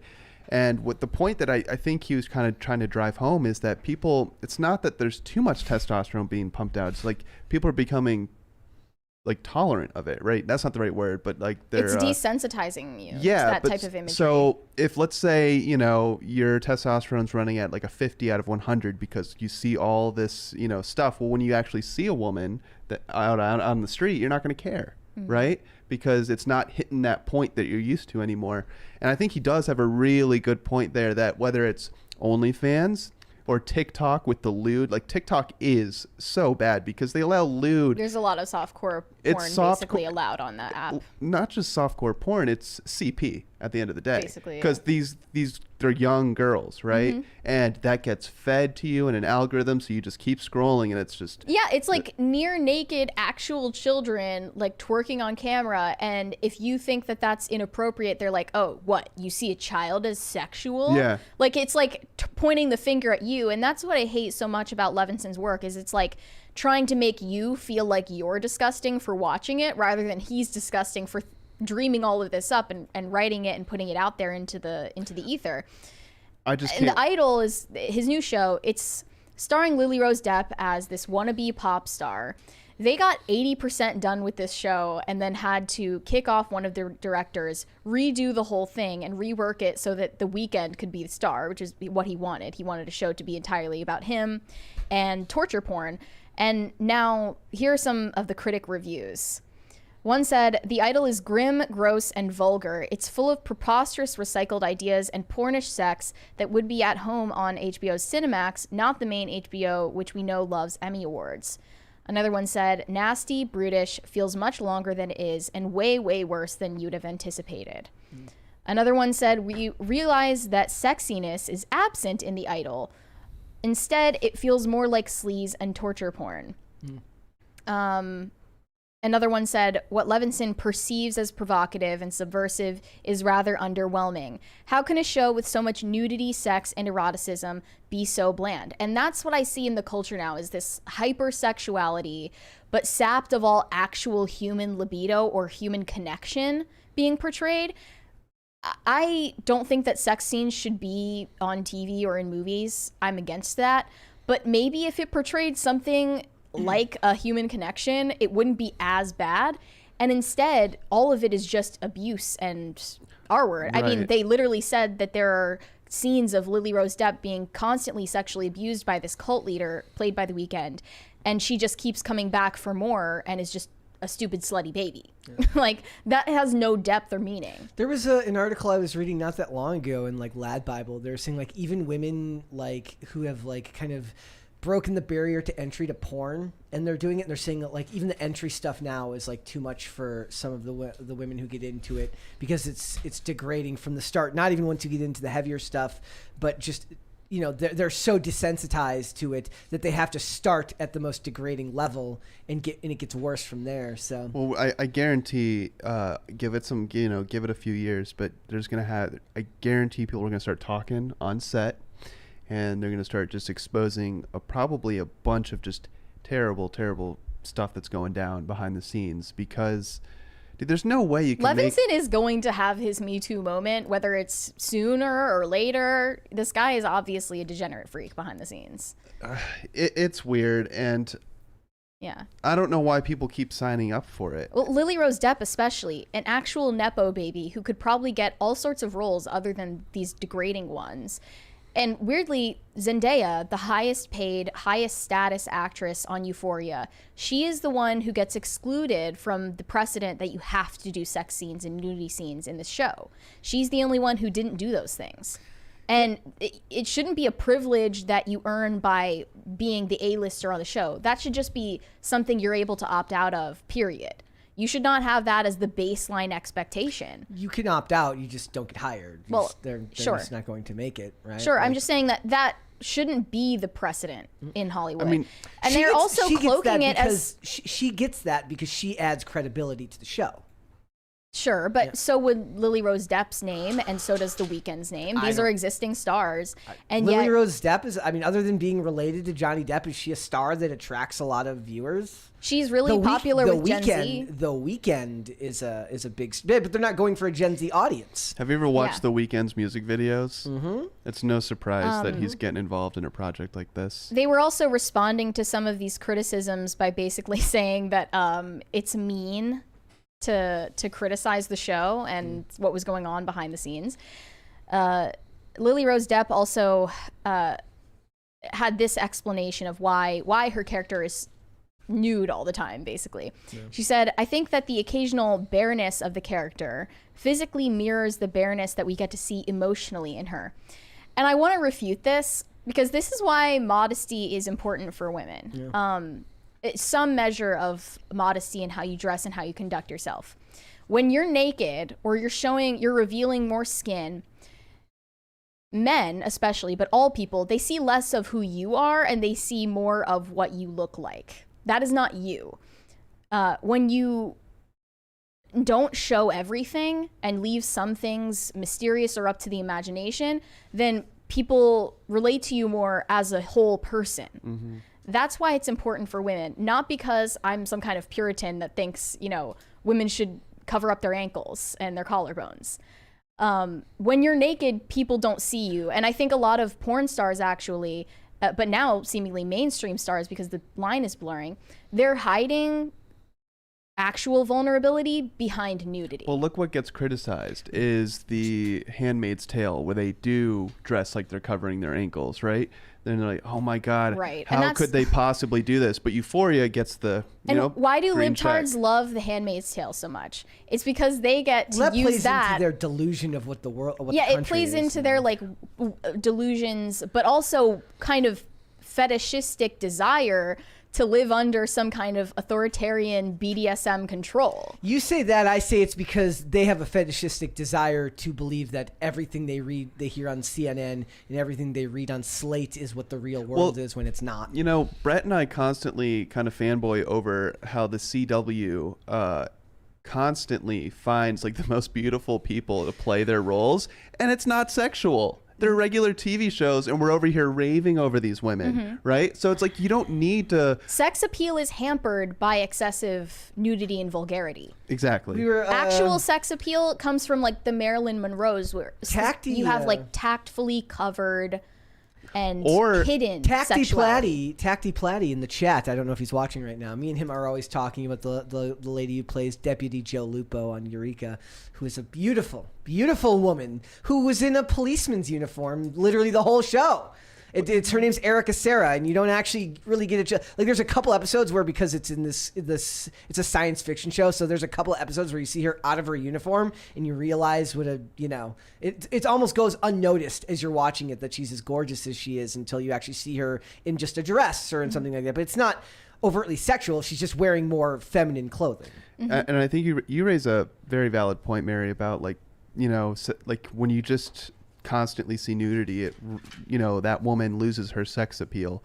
There was that video that went viral a few weeks ago, just a young woman ordering food at a food truck, but she's so alive and she's smiling and her facial I don't think that video expressive. even had sound on it. It was just, people were so attracted to her because she has this sensual and affectionate look on her face. Yeah, and she's happy to be alive, and like that is so appealing, at least for me. Like that is something that's so appealing in women. And now you have not just children who are just constantly have a zombie look on their face while they're playing on their phones and watching TikTok, but like the COVID babies, where when you're in those crucial learning years of your life, right, everyone they saw had a mask on, and now they're super delayed. So it's only going to get worse and worse, that people don't even know how to like actually express themselves by using facial expressions. And it's sad. I know that's kind of like a tangent to what we're talking about, but my point here was there are many ways that you can be an attractive person without just getting naked and doing degenerate things on camera. Janelle Monáe was just had a cover photo for like Rolling Stone or something, some magazine, where she's naked on it, and she's basically talking about like, I feel more comfortable this way, and because people see less of you as a person. If you feel more comfortable nude than with clothing on, it's because you're afraid of actual intimacy and actual connection with people. I fully believe that. Is it fair to point? I think something in the chat pointed out earlier that this is also like, is there a unique Americanness to the sensibility that countries in the like European countries don't see nudity the same way Americans do? I think that used to be the case. I don't think that's the case anymore. I mean, I really don't. There used to be that trope that like pornography from France or Italy was more elegant and romantic, and like there was actually a story to be told. I don't think that's the case anymore. It's also going to be the type of thing where they're going to keep doing this, and then as they get older, they're going to run headlong into the fact that your body changes, and then they have to get angry over the fact that people look at them differently because now they've aged, their body isn't the same, and your sex appeal changes. And then I've got to read all 1,000 articles of you saying like, I'm taking back my womanhood by posing nude in my 60s, and I'm like, it's a cope. I know it's a cope. You know it's a cope. They know it's a cope. She knows it's a cope. He knows it's a cope. The dog over there knows it's a cope. You don't need to fake it. You can just do whatever you want. You don't need to pretend like what you're doing is empowerment. Well, do you know why so many people simped over the Martha Stewart Sports Illustrated cover? And it wasn't just because she looks pretty good for her age. It's because she didn't do this for her whole career. She was just a regular famous person, and then she got into a bikini. I don't even know if it was a bikini or a one piece, but then posed for a bathing suit magazine cover, and she's all that sex appeal, she has it, right? Whether or not you think she's attractive is one thing, but what I'm saying is she didn't, let it all out early on her career for some Sam Levinson project, So, I agree with you, Brett. I agree. I don't know. Yeah, I also wanted to make this observation. So Sam Levinson, he claims, he's using Euphoria to show the real dark side of the American teenage How experience. How does he know the American teenage experience? I certainly hope he's not intimately familiar with teenagers in his life, so much so that that would be accurate, but it's not. And then with The Idol, he's saying we're showing the dark underbelly of Hollywood and the entertainment industry and what really goes on. And that's what The Weeknd said as well. He's like, Hollywood is a dark place and we're just trying to portray that in an artful way. But what they're not going to show is... There's a big one right there. From Cole Anson. He said, Mary's point is why I don't like Margot. She only became famous because she made a deal with the devil and did Full Frontal in Wolf of Wall Street. I don't know if that's true. And even so, choosing to do it for a Scorsese film once, for a big role where it's a piece of art you actually believe in, if you're telling a true story about something, I don't know if that's the same thing as just whoring it out on HBO for Sam Levinson. To be totally honest, I tried to watch Wolf of Wall Street once and I turned it off because it was just, it's too laden with pornographic scenes for my taste. I think it's really... It doesn't add anything to the story to show that, in my opinion. I mean, it's part of his... But it's part of that. This one... Jordan Belfort's... I think this one critic review here says, the script seems calculated to fool audiences into thinking they're observing how Hollywood operates when so much of it amounts to tawdry cliches. So I don't think that the reality of Hollywood is, not dark. I do think there's darkness and sexual debauchery in Hollywood. That's true. But what they're not going to show is the reality, which is that there are children getting sexually abused in Hollywood. They're not going to show that because that's the reality. Yep. And they would not be allowed to show that because that would blow the cover on what Hollywood has been doing for decades and decades against children. Yep. They're going to show instead Lily Rose Depp because that's what gets eyes. I also you asked why Lily Rose Depp would do this, because she looks at the career trajectory of someone like Sydney Sweeney, who's very much on the rise. Like, Sydney Sweeney may not be Zendaya, but she's on the rise like Zendaya. She's getting plenty of work and credibility in Hollywood based off, maybe Zendaya didn't have to do that, but she sees it as a positive trajectory forward. Whether that's right or not, would she have needed to, given that, like you said, affectionately termed Nepo baby, or maybe it's as simple as she wants to break free from whatever she believes in her mind are the preconceived notions of what it means to be Johnny Depp's daughter. What if she does a scene where she plays an Amber Heard character? Oh my god! Oh, let's go! That would actually be fun. And she plays an Amber Heard character that craps in her boyfriend's bed. If they showed a toxic relationship between two A-list actors, that would be really entertaining and compelling. Remember this story about her getting sexually abused by a cult leader / club manager, and I don't know how graphic I should get, but there's a scene where she puts an egg in her vagina, and when she drops it, the cult leader R-words her, and she begs for him to R-word her.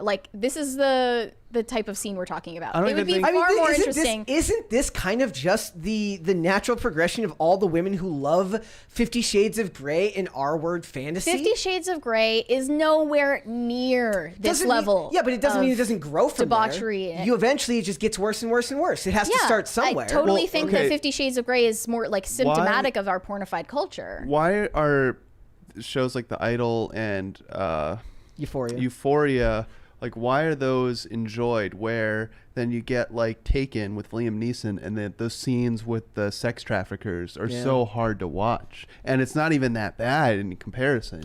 Well, it's treated differently in the context there of the project of the movie, film, sure.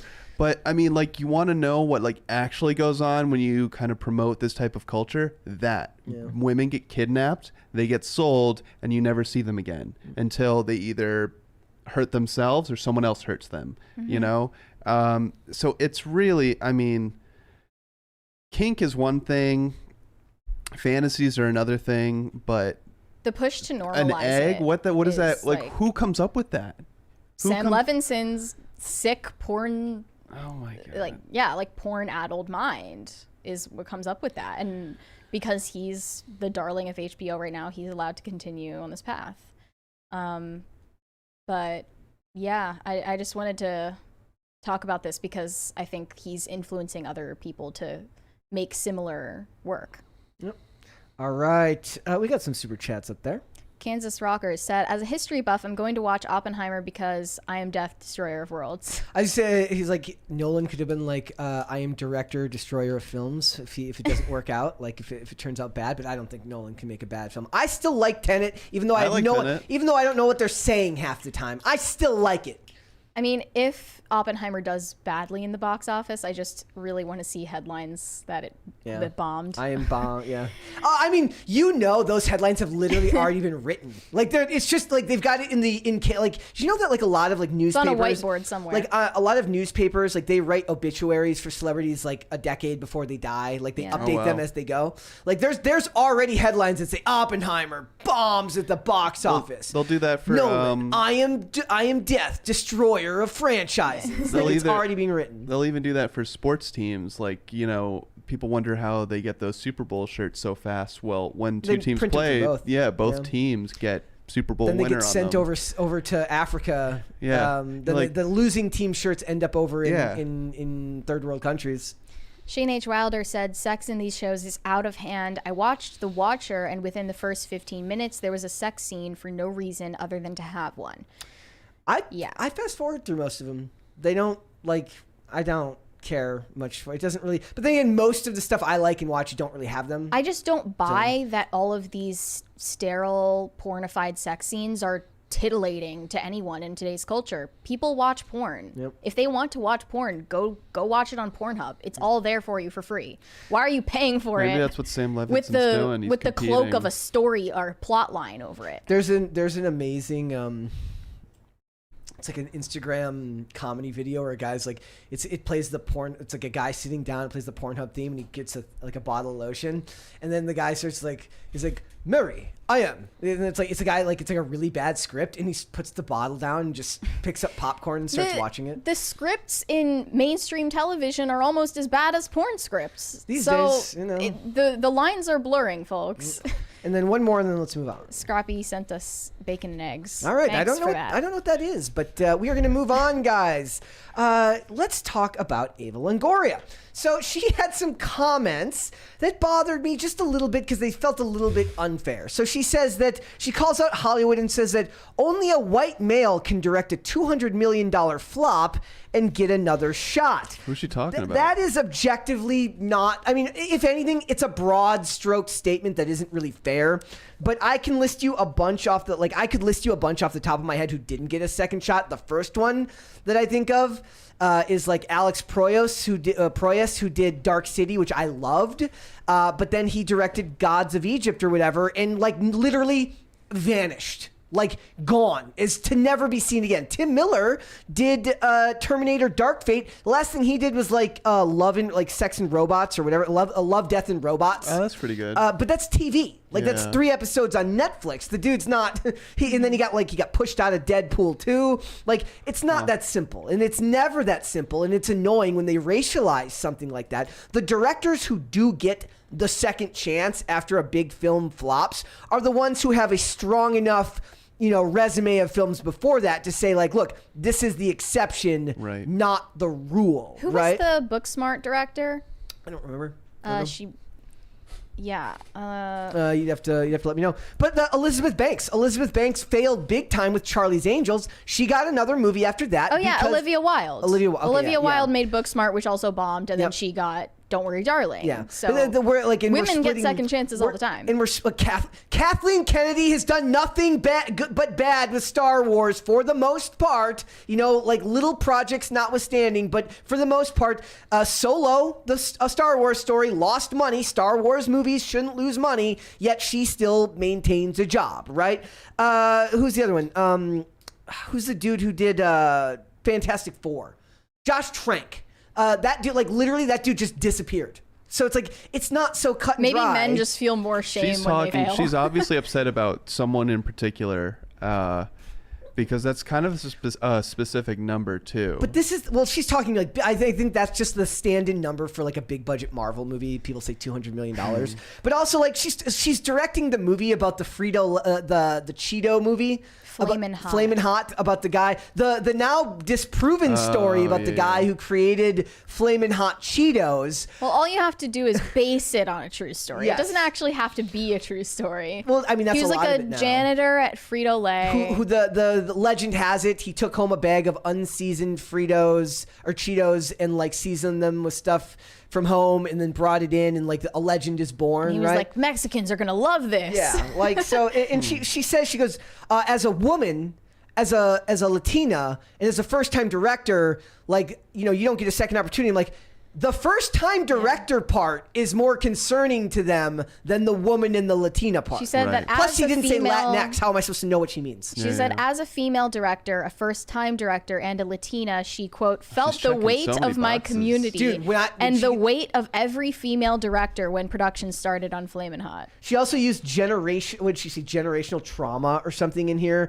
where it's like she said, you really carry the generational traumas with you into the making of the film. For me, it fueled me. I was determined. You have been a rich Hollywood elite for like 20 years, you scumbag. This is like the writer's striker that had the poster board that said, AI doesn't have childhood trauma, as if trauma is what makes you a competent writer or director. Dude, to be that level of wealth, level of success, that level of fame, and to spout nonsense like this is either A, extremely disingenuous, or B, a true indictment of just how far the victimhood culture in this country goes. So I was going to have to push back a little bit because childhood trauma could make you a good writer, but it does not qualify you or promise you any one position, right? A lot of people go through childhood trauma and they don't make it to see their 30s. Sure, there's totally something to be said for like a tortured artist. Ava Longoria has been Hollywood mainstay for like as long as I've been alive. Okay, maybe not that long, but at least 15 to 20 years. It's another example of the oppression Olympics, and celebrities do what celebrities do best, and they capitalize on trends, and right now it's trendy to be a victim, and she's checking every box she can. She said about Latina directors, we don't get a lot of bites at the apple. My movie wasn't low budget by any means. It wasn't $100 million, but it wasn't $2 million. When was the last Latina directed studio film? It was like 20 years ago. We can't get a movie every 20 years. Is she talking about Robert Rodriguez? Is she talking about... Well, hold on. Is she talking... She's about women. So if she's saying women specific... I was going to say... She's a Latina. Right. So another fake cultural milestone. Guillermo del Toro is one of my favorite Robert directors. Rodriguez. These are people that are working consistently. Yeah. All the time. Yep. Like she's worth $80 million. I mean, obviously these net worth things are very rarely accurate, if ever, but it says she's worth $80 million. So I will invite you to cry me a river and then go jump off a diving board into it and swim someplace I am not, because this is the type of bullshit that just grinds my gears. We are approaching Pride Month, and it is about to get so. You mean much American worse. Amazing American Month? What did Tim call it? He like American Greatness. American Greatness Month. Yeah, I love American Greatness Month, and then it's MAGA Month. Pride Month now starts in May. Yep. It's not June. It starts in May. Well, these corporations need to get their they need to get their supply lines up and running. To prep for that June 1st day. So once Pride Month starts, it's going to be all about LGBT filmmakers and LGBT representation. Did you guys talk about that Satanist that was that Target? Well, apparently Target now cut ties with this person, but it was a LGBTQ Satanist artist. How did they cut ties? So they took all those products off the website. So they're still doing Pride stuff. Oh my gosh. But they took that designer's product specifically. Okay. Wayward Soul in the chat says, my brother was an extra in Desperado and I was an extra in Machete Kills. That's freaking awesome, dude. Cool. That rules.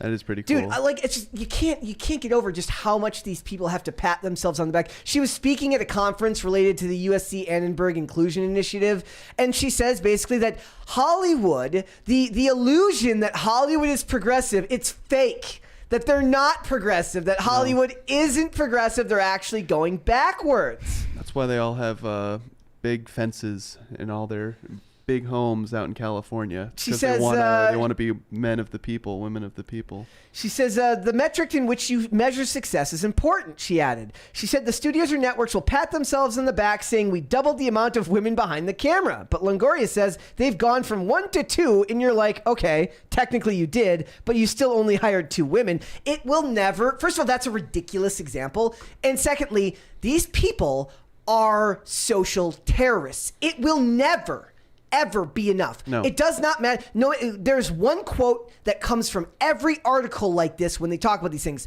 There's more work to do, because it's a shifting goalpost that will never be fulfilled because you put yourself out of a job when you fill it. So it will always be, well, we did good here, but we need to make more growth here. And there's nothing wrong with wanting to grow and make changes with the industry. But when you're dishonest in your approach, which is what this is, it's dishonest. She's laying the blame at the feet of studios that have done everything in their power to vapidly and surface level appeal to these demographics lately. She might be right about one part, and that the studios don't actually care because they're corporations. They can't actually care. But to say that they're not trying or making changes is ridiculous. Well, you know what's funny? This Women in Motion interview that she did, where she was spewing all of this garbage, is sponsored by Kering, which is the parent company of Balenciaga. Yeah. And this woman is talking about inclusion and diversity and all the values that we should hold as a society. I don't care. I don't want to make sure we don't gloss over the fact that you actually talk to people who are Hispanic or of Latino descent, right? They don't like being just thrown into that group. Right? Like there is pride in Mexican culture, Cuban culture. People are from El Salvador. There's actual countries that exist, but no, you're of Latin descent. Okay, so you must be oppressed. She said 28% of ticket buyers at the box office are Latinos. We over-index at movie going, so why shouldn't there be content for us if we're the ticket buyers? We are the viewers. For me, I take great pride in throwing around that buying power weight. If you don't speak to us, we may not buy that movie ticket. She is so out of touch that she would think Latinos buying movie tickets give a single crap about whether this movie speaks for them as an ethnic minority. They want to go see a good movie. They like anyone, they just want to see a good movie. They mentioned Fast and the Furious, and they mentioned Crazy Rich Asians. Well, as we know, as the resident Fast and the Furious apologist of this podcast, which, by the way, it didn't do as well in America opening weekend, but it still made a bunch of money internationally. And Crazy Rich Asians made a bunch of money because people wanted to go see it. I didn't think much. Yeah, whatever. Like I always thought that was a weird one, but I am a fan of most of the actors in that film. Like it's just ridiculous, and maybe it's just the anger at the fact that these are people that live lives that are so vastly different from what the average moviegoer will ever experience. That annoys me so much, because the playing to the man of the people, like, I don't like it when politicians do it. I don't like it when celebrities do it. You are not like us. That's fine. Like we talked about, like I kind of like jokingly was like I'm kind of down with Gwyneth Paltrow just being an out of touch and inaccessible rich celebrity. Fine. I don't care. That's who you are. Don't pretend it's not what your actual life experience is. You will not understand the world I live. I will not understand the world you live in. That's fine. It doesn't mean that the product you're selling isn't something I'm gonna want to buy. One of the comments here said, "Why not just promote your movie instead of whining about white men? I'm a brown guy and I'm so tired of everyone constantly blaming white people for everything. Just do your job and be successful based on merit instead of painting yourself as the victim from the get-go." That's something that we can all share. Like, this is the universal sentiment from audiences. And let's face it, she's being dishonest about the first part, which is that it's your skin color to the studio matters a hell of a lot less to them when you're a director if they know you can make them the money back. So, like, for instance, Tenet didn't do that well from Nolan, right? But it's Christopher Nolan. His batting average is far, far above the average director. Well, someone also commented, what about M. Night Shyamalan? He's not white and he's directed a bunch of big budget flops. Yeah, that's true. His last, I don't think he's had a win in a while.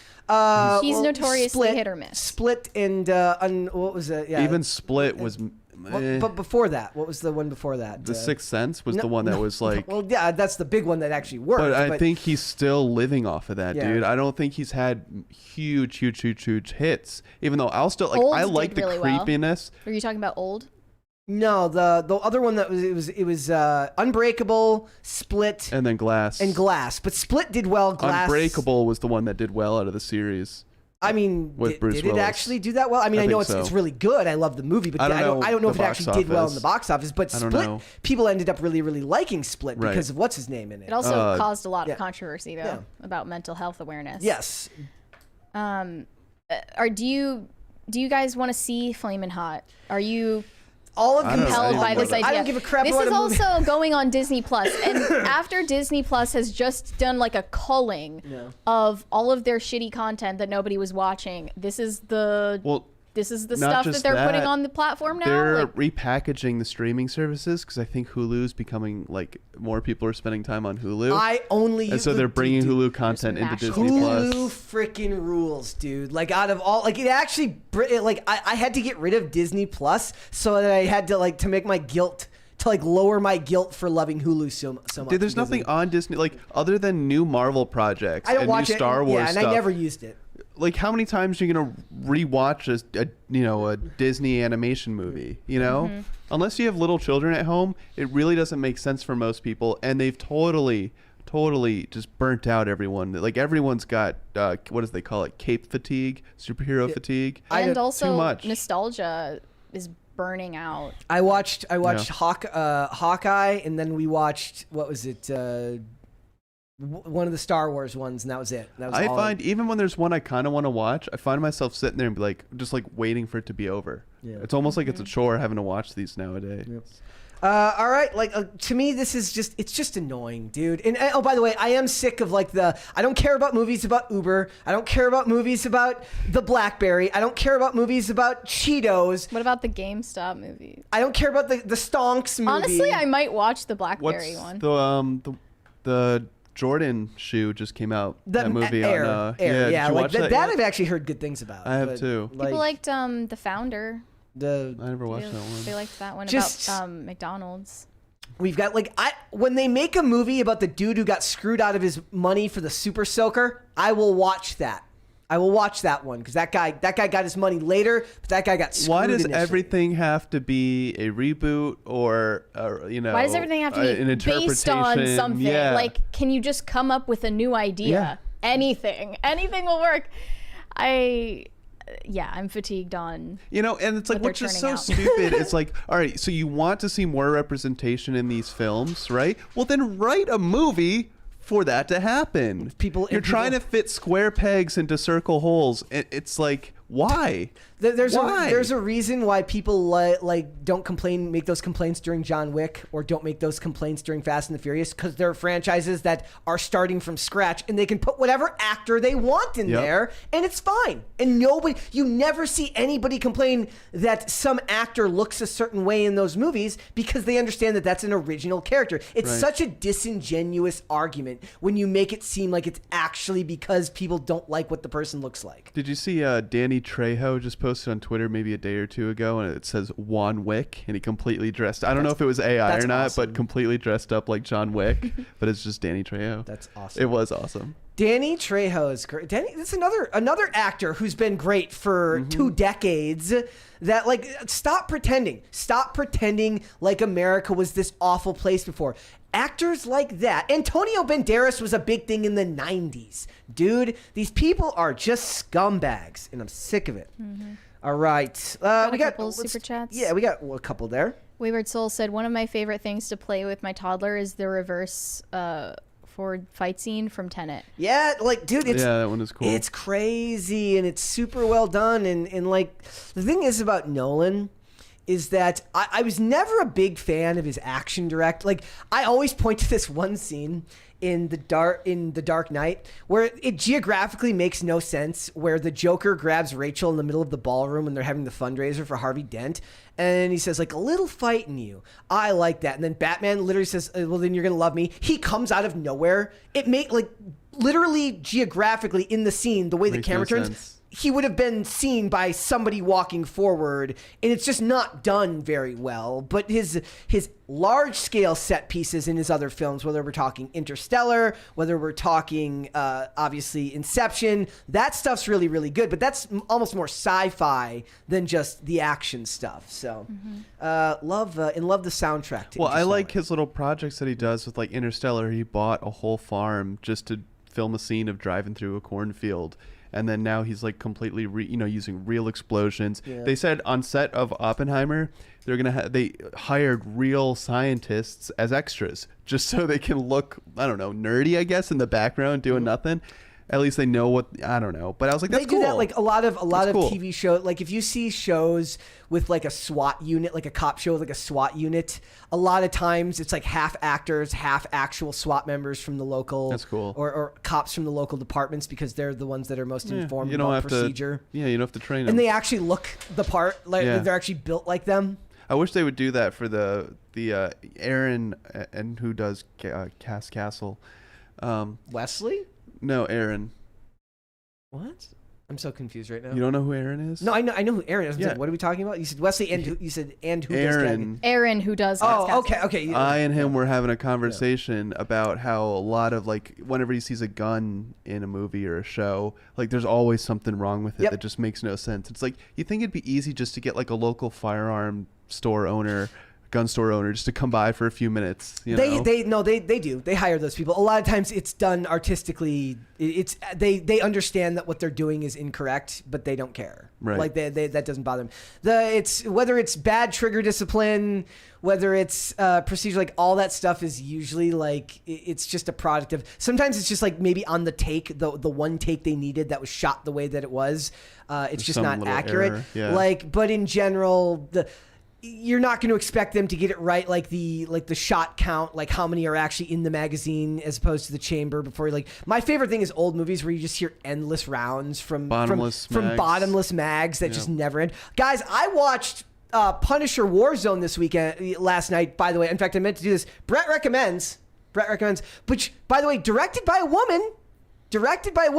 And I don't know if I was just on a lot of drugs in 2008, but I don't remember this movie being as gory and as just hard R as it was. The amount of heads that get visibly blown off of people's shoulders. Not that kind of hard R. Different hard R. Very, very different hard R. First of all, it breaks the modern 2023 color palette problem that Hollywood has, where literally Hollywood has an extreme erection for everything that is orange and blue. Everything has to be tones of orange and blue. That's what they're obsessed with. John Wick was kind of yellow. Blue. Yeah, this one leans into orange and green, and just seeing green with hard contrast, it's just a stylistic choice that's so reminiscent of action movies from that time. And then you get it's only an hour and 42 minutes, so under 2 hours, so it doesn't keep you there forever. They have Wayne Knight from Seinfeld, Newman from Seinfeld as Micro. It's like I was having a fever dream while I was watching this. It felt like I was having a stroke. I have no recollection of this. I don't remember Julie Benz being in this movie. She's fantastic. And also Colin Salmon has he does this weird New York accent with Dominic West. And this guy's he's as British gets, and he almost always plays roles where he plays British characters. And I just the first thing I hear him say is just this big New York F word.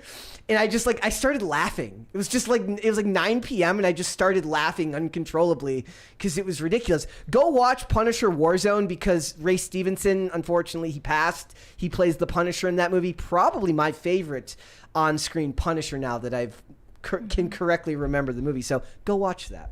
James Orenthal said DEI, preemptive shield for when you know you suck, Willie. Yes. I like that. All right. Oh, and there's one more. And Perturbed Alpaca said, Batman really does just appear out of nowhere in that scene. I told you, he just appears. He's it's magic. There's no puff of smoke. There's nothing to explain how he just got in the middle of the room. It was just, they got edited. I guarantee you they got into the editing room and they're just fuck. How do we fix this? There's no extra shot there. Thank you. There is an extra shot there. Just turn it right. All right, let's move on. Mary, let's wait for the sound to pass. Yes. Let's wait for the sound to pass. Let it pass. Let it pass. Party! See, he was probably just getting back from his Drugtopia experience. I do love hearing Ian's voice. Yes. Mary, tell us about Biore. Biore has a mental health awareness campaign called Get All That Shiz Out. And they just recently did a brand deal with a TikToker, a micro-influencer, who essentially monetized her trauma from a school shooting to advertise Biore strips. If you don't know, Biore strips are these cosmetic products that you put on your nose or your forehead, and they pull out blackheads. So I guess they thought you could do the same for trauma. If you've been the victim of a school shooting, you should buy a Biore strip. Pull out your trauma. It's to pull out all the gunpowder. Yes. Oh. So how about we first react to this video? Okay. It went viral on Twitter. All right, hold on here. Put it on screen, and here we go. Thrown countless obstacles at me this year, from a school shooting to having no idea what life is going to look like after college. Supportive Mental Health Awareness Month, I'm partnering with Biore Skincare to strip away the stigma of anxiety. We want you to get it all out. Not only what's in your pores, but most importantly, what's on your mind too. Anxiety in my life has come in waves. I found myself recently struggling from seeing the effects of gun violence firsthand. I've had to intentionally set aside time for prioritizing my mental health. I will never forget the feeling of terror that I had walking around campus for weeks in a place I considered home, with countless anxiety attacks to crying alone in my room at night. My message to you guys is that it's okay not to have it all together. Life continually changes and your thoughts will too. Do things that make you happy and know everything will work itself out. Join me and Biore Skincare in speaking up about mental health by screenshotting this digital card and filling it out yourself. Every video posted is a step closer to normalizing conversations about mental health. Okay, here's the thing. There's a reason why they hire actors instead of influencers. Well, yeah, it sounds callous. When the tone really, really matters, there's a reason why they don't. I think a lot of it was the music she chose. That's just like but it's literally it's a step above what they play in your Soul Cycle class. Like she just got off the Peloton and said, "Here, let me talk to you about my trauma." Yeah. A lot of people were saying like we live in a dystopian reality. Another person said, who thought this was a good idea? This is why I always ask for TikTok to get banned. Not because of privacy issues, but because people will do and say anything for views. And she did accomplish that, to be fair. But Biore got a lot of backlash for this decision. At the very least, they could have had somebody like, is there not like some editor who's like, hey, like, great. You can lie to her. At no step along the way did someone question this and think, maybe we shouldn't publish this video. Like, I'm not even saying not publish the video. I'm like, not even one person was like, maybe a somber song? Yeah. Well, here's what I think probably happened is they gave her, there's probably no like actual oversight. So they're like, oh yeah, we'll choose this account and we'll just, give her the products. I think in they chose her exchange for making a because she video. was the victim of a school shooting. Sure. But I don't think, was this posted on her account or on Biore's account? They apologized, so it must have been taken down. What I'm saying is, I don't know if she was given any direction, which is stupid, Well, usually you'll get some type of like requirement sheet, a sheet of like, it needs to say this, it needs to say this. Well, like when we do ad reads, sometimes it says, talk about a personal experience and how this product or this service, helps. Right? So she probably went, well, I did survive a school shooting. Yeah. And, we're talking about pore strips. Well, that works, so. What she's talking sounds like about. She had the creative control, not the company. What she's talking about are valid things to talk about. Okay. I don't know how relevant they are to Biore strips, but the tone is just ridiculous. I am not sure that this girl was even directly involved in the incident of gun violence that happened at Michigan State, because Michigan State has 50,000 students, and she could very well have not been involved in look at that David at Hogg. all, but is now still he wasn't there. Yeah, she's using this to monetize trauma coins. Of course. I mean, David Hogg was the one who championed this. Look at the fact that he just attended that school, then rushed there. I don't even think he was there that day, then went to the school to do an interview with the news. And now look at him. Right? He got into Harvard. He's friends with politicians, right? Yeah. He's set for life. Didn't his family have some weird connection to the CIA or something? I don't know. That Kino guy, Corner is in the chat right now. Hello, Kino Corner. What's up, people? What is going on? So you know, again, like that's what happens with this whole influencer. Everyone wants to be an influencer, and they see the, you know, they see the people like David Hogg, who that's the exception, not the rule, you know. And he's also not using his experience to sell porn strips, or like at least he's just trying to take away my gun rights. Right. I mean, at least it makes sense. Yes. You know, he wants to take away my gun rights because he was a victim of gun violence, right? That makes more sense than I was a victim of gun violence. Here, your nose looks like it could use some sprucing up. This influencer, Cecily Max Brown, has since privated her TikTok account, so I can't even look at her apology video that she posted. It was a Notes app apology, and now it's off the platform. Hate it when that happens. But she apologized and told NBC News on Friday that her TikTok came off completely wrong. I wanted the message to shed light on how I've been struggling with anxiety after our school shooting. My only intention was to try and help other people that are going through the same experience and not desensitize what happened. This partnership was not intending to come off as the product fixing the struggles I've had since this event, rather partnering with a brand to spread awareness of what me and so many other students have been dealing with. I'm so sick of brands trying to spread awareness of something other than the freaking products they make. Right. Stop trying to tell me about everything else. It's like the Stone Toss comic all over again. Like, what does this have to do with burgers? Not shit. Nothing. well, like Joy Behar's, you know, she always has just something terrible and stupid to say, but she recently said that the fact that, I think she was talking about Tim Scott, the guy that just announced he's running for the presidency, right? The fact that he believes in pulling up yourself by your bootstraps, or just getting up when you get knocked down, that is proof that he's not actually black, right? And so it's like, these people today think you have to be a victim, and if you show any resiliency, then you're disqualified from you know, knowing what you're talking about. Yeah. Like it's so stupid. It's so dumb. So, this is like part of their strip the stigma away challenge. And I think there's this common misconception that the biggest hurdle for people facing mental illness is stigma rather than just not receiving treatment. Literally no, like the stigma's gone now. Yeah, there's no stigma. And if anything, it's an inflated marketplace. Incidents like this stigmatize anxiety or depression even more. If they wanted to actually like have a successful campaign, what they should have probably done is do a little skit with TikTokers that might have been dating, and then the girlfriend's trying to get the boyfriend to do like an actual facial routine. They should have done none of this. And nothing talking about a topic this seriously. Yeah. If you're a company, okay, just think of it this way. You're a company. You've got a large budget. You can make a high-end commercial if you want. Sure, you want to sell Biore strips with a bunch of influencers with some jazz music in the background. You can do that. But if you're going to deign to talk about serious topics, hire a film crew, hire a writer, hire an editor, and for gosh sakes, hire an actual product script editor that will tell you this tone works. This tone doesn't work. We need to change this. You need to put more forethought into the stuff.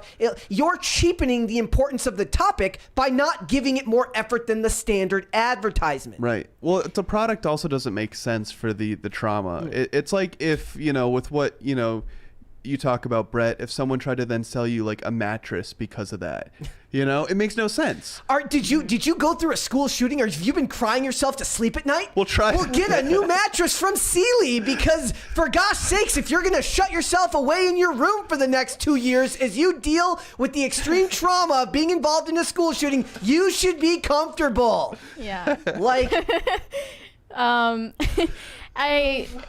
Biore also posted an apology on their Instagram account saying, "We know a lot of you are angry at us right now, and we get it. We just ask that you direct any anger our way, not toward the creators themselves." That's fair. I don't know if it is, because one person said this person made the conscious decision to post a video relating to their brand deal with an absolute tragedy.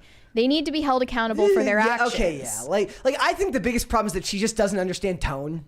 Like, she might actually have the same valid feelings. She just didn't understand the music she chose doesn't work. They said, our consumers have told us mental health is one of their biggest priorities, and it's important for us to be able to provide meaningful support to them around this issue.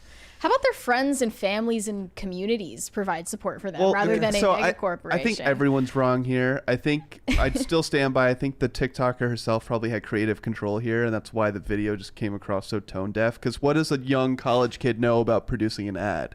Probably nothing. Exactly. Right? But then also the company. It's just child labor at this point. What's the campaign called? Strip the stress away or something? Strip the stigma away. Okay, so like... they're just at fault too, because what a stupid campaign idea. Like, know your lane. You guys are facial cleansing strips. Like, you're part of a facial routine. That's sweet ESG money. Dude, it's so much easier to sell a product based on it working, and then you won't have to, like, this is why there's probably an entire industry around PR apologies. Yeah.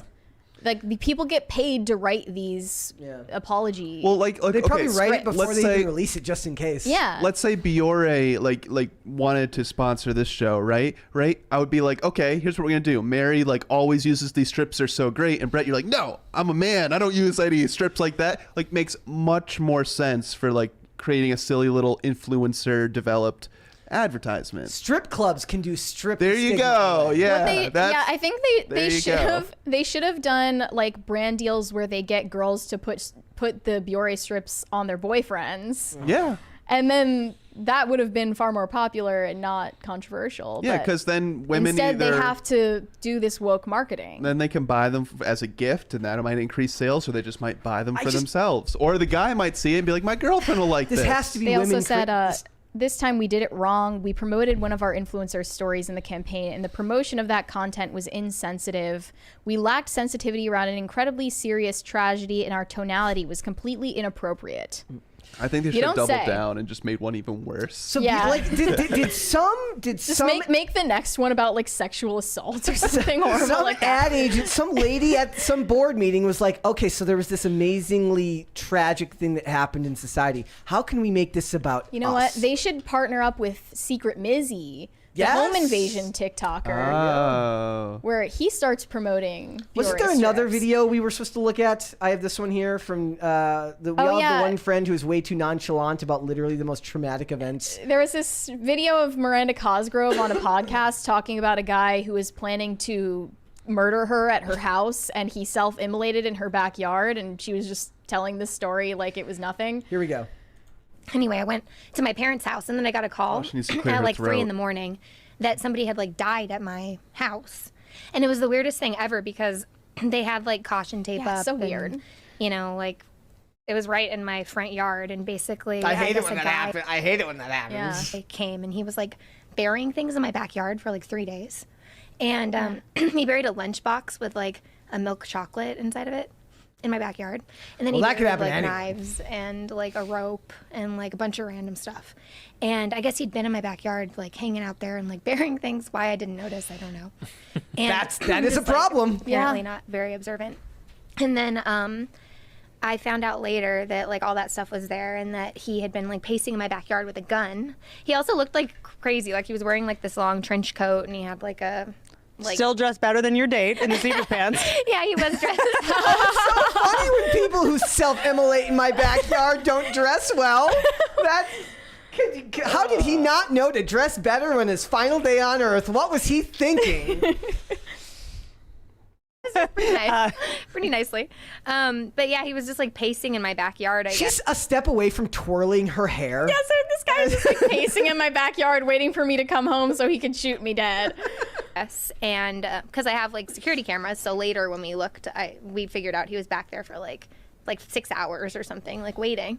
And then somebody drove up that had a similar car, like that kind of looked like my car, and I guess he got confused and he thought that maybe it was me driving up. It's just like bad luck. And he like shot at this person like 6 times, and he missed because she was in a car. She drove away. It's good luck for her. And all those people who say just shoot the tires, they're wrong, because this guy missed 6 times. He set himself on fire and he shot himself. She's smiling right now. Like, why? I don't understand. Like, this face Like, does why not me? say this guy burnt himself alive and shot himself in the head. Simultaneously. And Oh. And then later, so I got a call. The SSRIs are hitting so good this morning. the Prozac and the Xanax and the doesn't feel a Adderall thing. just all hit right when the coffee hit, and it was just, like 3 or 4 in the morning. This happened probably at like 1 in the morning. I got a call at like 3 or 4 in the morning saying like, where are you? Like, can you come like to your house because someone like killed themselves there? And they were trying to just like put it all together, and they still haven't really put it all together why it happened. Or she kind of serious. Her tone changed slightly. Well, I was gonna say she's trying to be funny about it, but it's like also not. So she's like kind of teetering on the fence. Yeah, it's like I would have just been like, "Yo, guys, like, so okay, this is like absolutely insane," and just go out with it. Like she's trying to be like compassionate and cute at the same time about such a tragic event. It's like if you're gonna take the Kino Corner said he's taking notes for my script right now. Good stuff. Yep. Random, like he saw me somewhere and he like followed me home, and then or something like that. But anyway, they never figured out like exactly why. So, but yeah, so it freaked me out really bad, and I started staying like back at my parents' house, and then I got another house somewhere else. Oh well, that's what you do when that happens. You just buy another house. Okay, and someone was saying maybe he's protesting Dan Schneider. Well, go hurt Dan Schneider. Why are you hurting Miranda Cosgrove? She didn't do anything to you. It is just a weird not incitement to violence, by the way. It is one of those things, right, where like.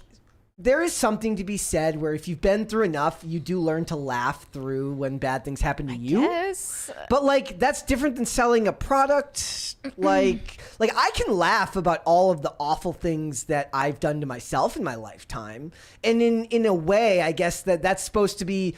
Okay, like I'll say it like this. A lot of times when I talk about the awful things that happened to me because of mistakes of my own making, right?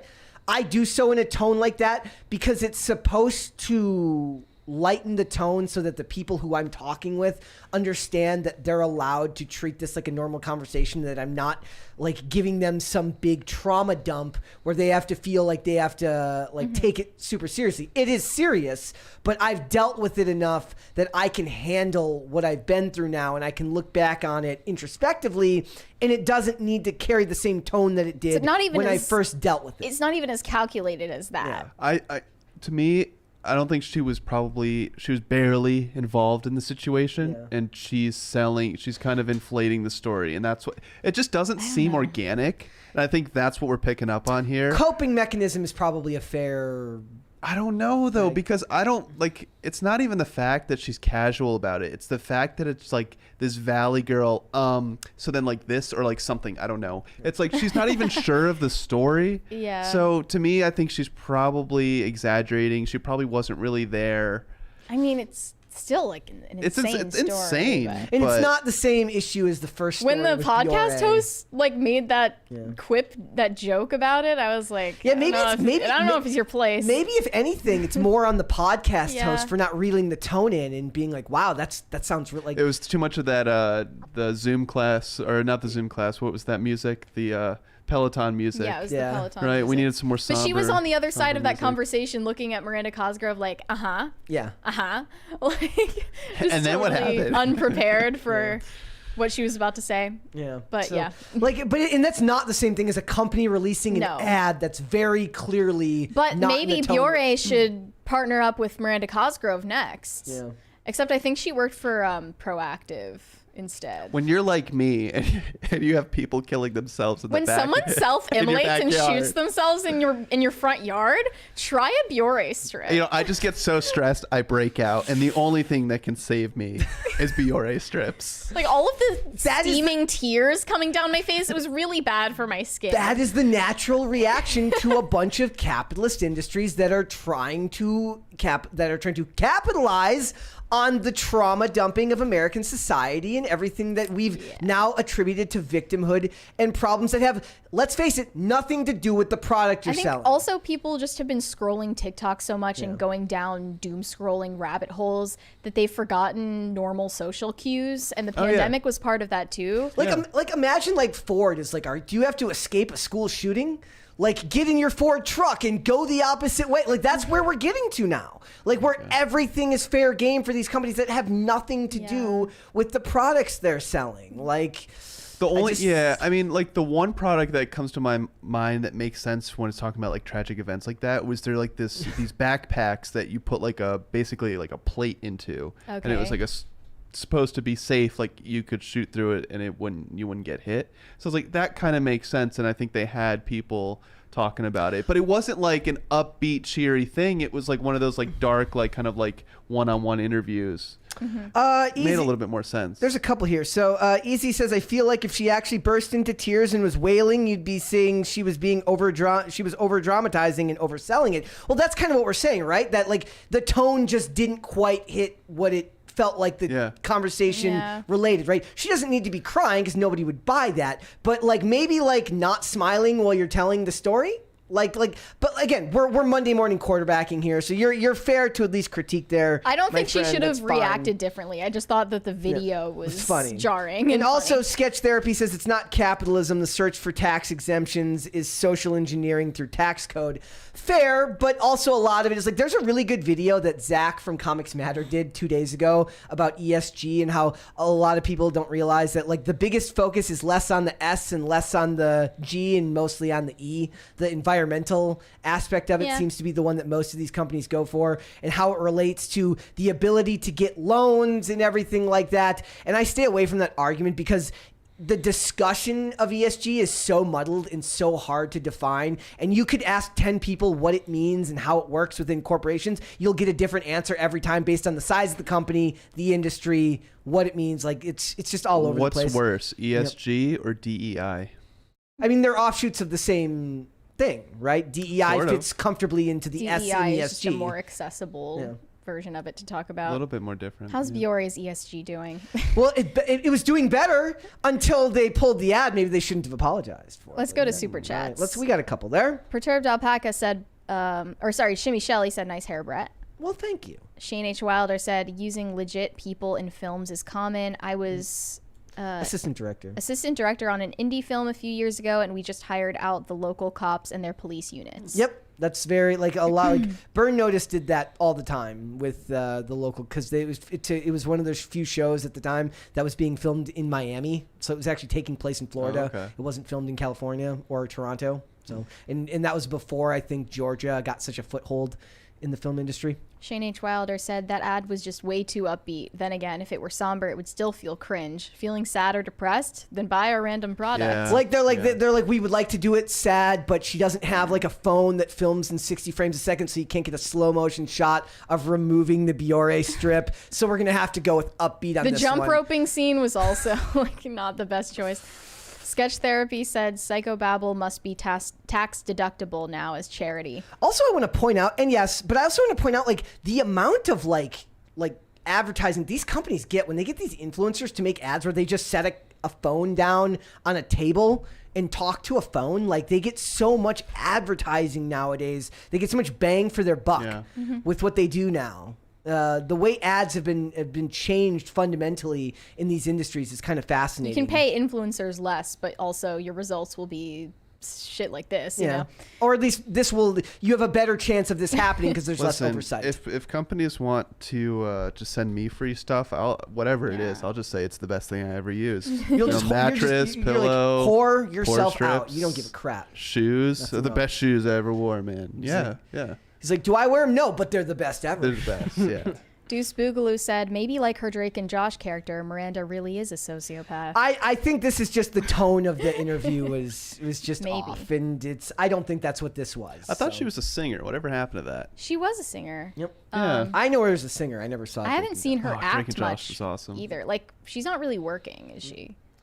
All right, guys. Ooh, look up Bass. I just want to point out, Mark Reed says, look up Bass Reeves, baddest illiterate black U.S. deputy marshal. There's actually been a couple of movies made about Bass Reeves, and I believe there's another one in the works right now. So take a look out for that. All right, guys, before we go, could you hit the like button on this video and subscribe to this channel if you have not done so already? Thank you very much. We have passed 61,000 subscribers, so we are very grateful for that. Kellen, my friend, where can they find you? You guys can follow me at KellenPDL. I basically am only on Twitter, and even then, I'm not on that much these days. I have been taking all of your advice, and I've been touching grass almost for 12 hours a day now. I'm sorry, but like that phrase has just turned into a not a slur, but it's just an insult. Yeah, it's F you. That's what it means. It's saying like it's not actual advice. It's saying like you suck, go to hell. Yeah, is all it really means. Now. But yeah, thanks for. I always have a good time. This one didn't. Yeah, we went long, but it didn't even feel like it. Jacob Edler says, can't wait till 69,420 subscribers. Oh, there you go. Nice. You guys have to do something special that day. Nice, bro. Episode 400 is also fast approaching. I don't know how we can. What episode top is this? 300. And I'm going to end the poll, ladies and gentlemen. Thank you, Holyverse. I have a bad habit of not ever checking the poll at the end. So the question was, what movie will make more money? And right now, winning the winning is 56% for Oppenheimer, is the say. Pretty, yeah. That's what they're saying. So we will have to see, ladies and gentlemen. We will check when that comes out. Yeah. We'll have to do a dual review. Double feature review. Yeah, we'll do it. All right, Mary, where can they find you? You can send me validation on Instagram at MaryArchived, or send me more hate on Twitter at MaryArchived. And I'm going to be on Slightly Offensive with Elijah Schaefer tonight. I don't know what time in Australia that is, since he's in Australia right now, but I'll tweet about it when it happens. And also, I wanted to hear your guys' suggestions for what we should do for episode 400. Episode 300 was pretty crazy, so we'll have to do something even crazier for 400, and show some love to our YouTube shorts as well. We need more likes and comments on the YouTube shorts. Perfect. All right, guys, if you'd like to follow me, you can follow me on Instagram and Twitter at Brett Dasovic on both. Unlike Kellen, I use them liberally. At least I use Twitter less than I use Instagram these days, but I just don't feel like I ever have anything interesting to say. Does that ever feel like that? Like I just don't have anything interesting to say? There's this tweet. And I realized it didn't matter. And the tweet that made me realize this was one from our good friend Ian, where he's talking about how he just doesn't button his pants anymore because there's no point. Yeah, I saw that too. And I'm like, what? He said he just uses a belt. Instant tweet, best tweet I've seen of all time. But He yeah, then I realized it doesn't matter. Yeah, whatever you could talk about. I got a haircut today. I aspire to be as free-spirited as Ian. Yeah. And I'm going to address one more. Superhero movies are the best movies, says Brett. Please let watch the damn films. I will be seeing John Wick 4. I have seen Creed 3. I'm not going to see Ant-Man 3. I'm sorry. I don't care. I'm not going to see it. Not worth it. It's not getting any of my money or time. I'm sorry.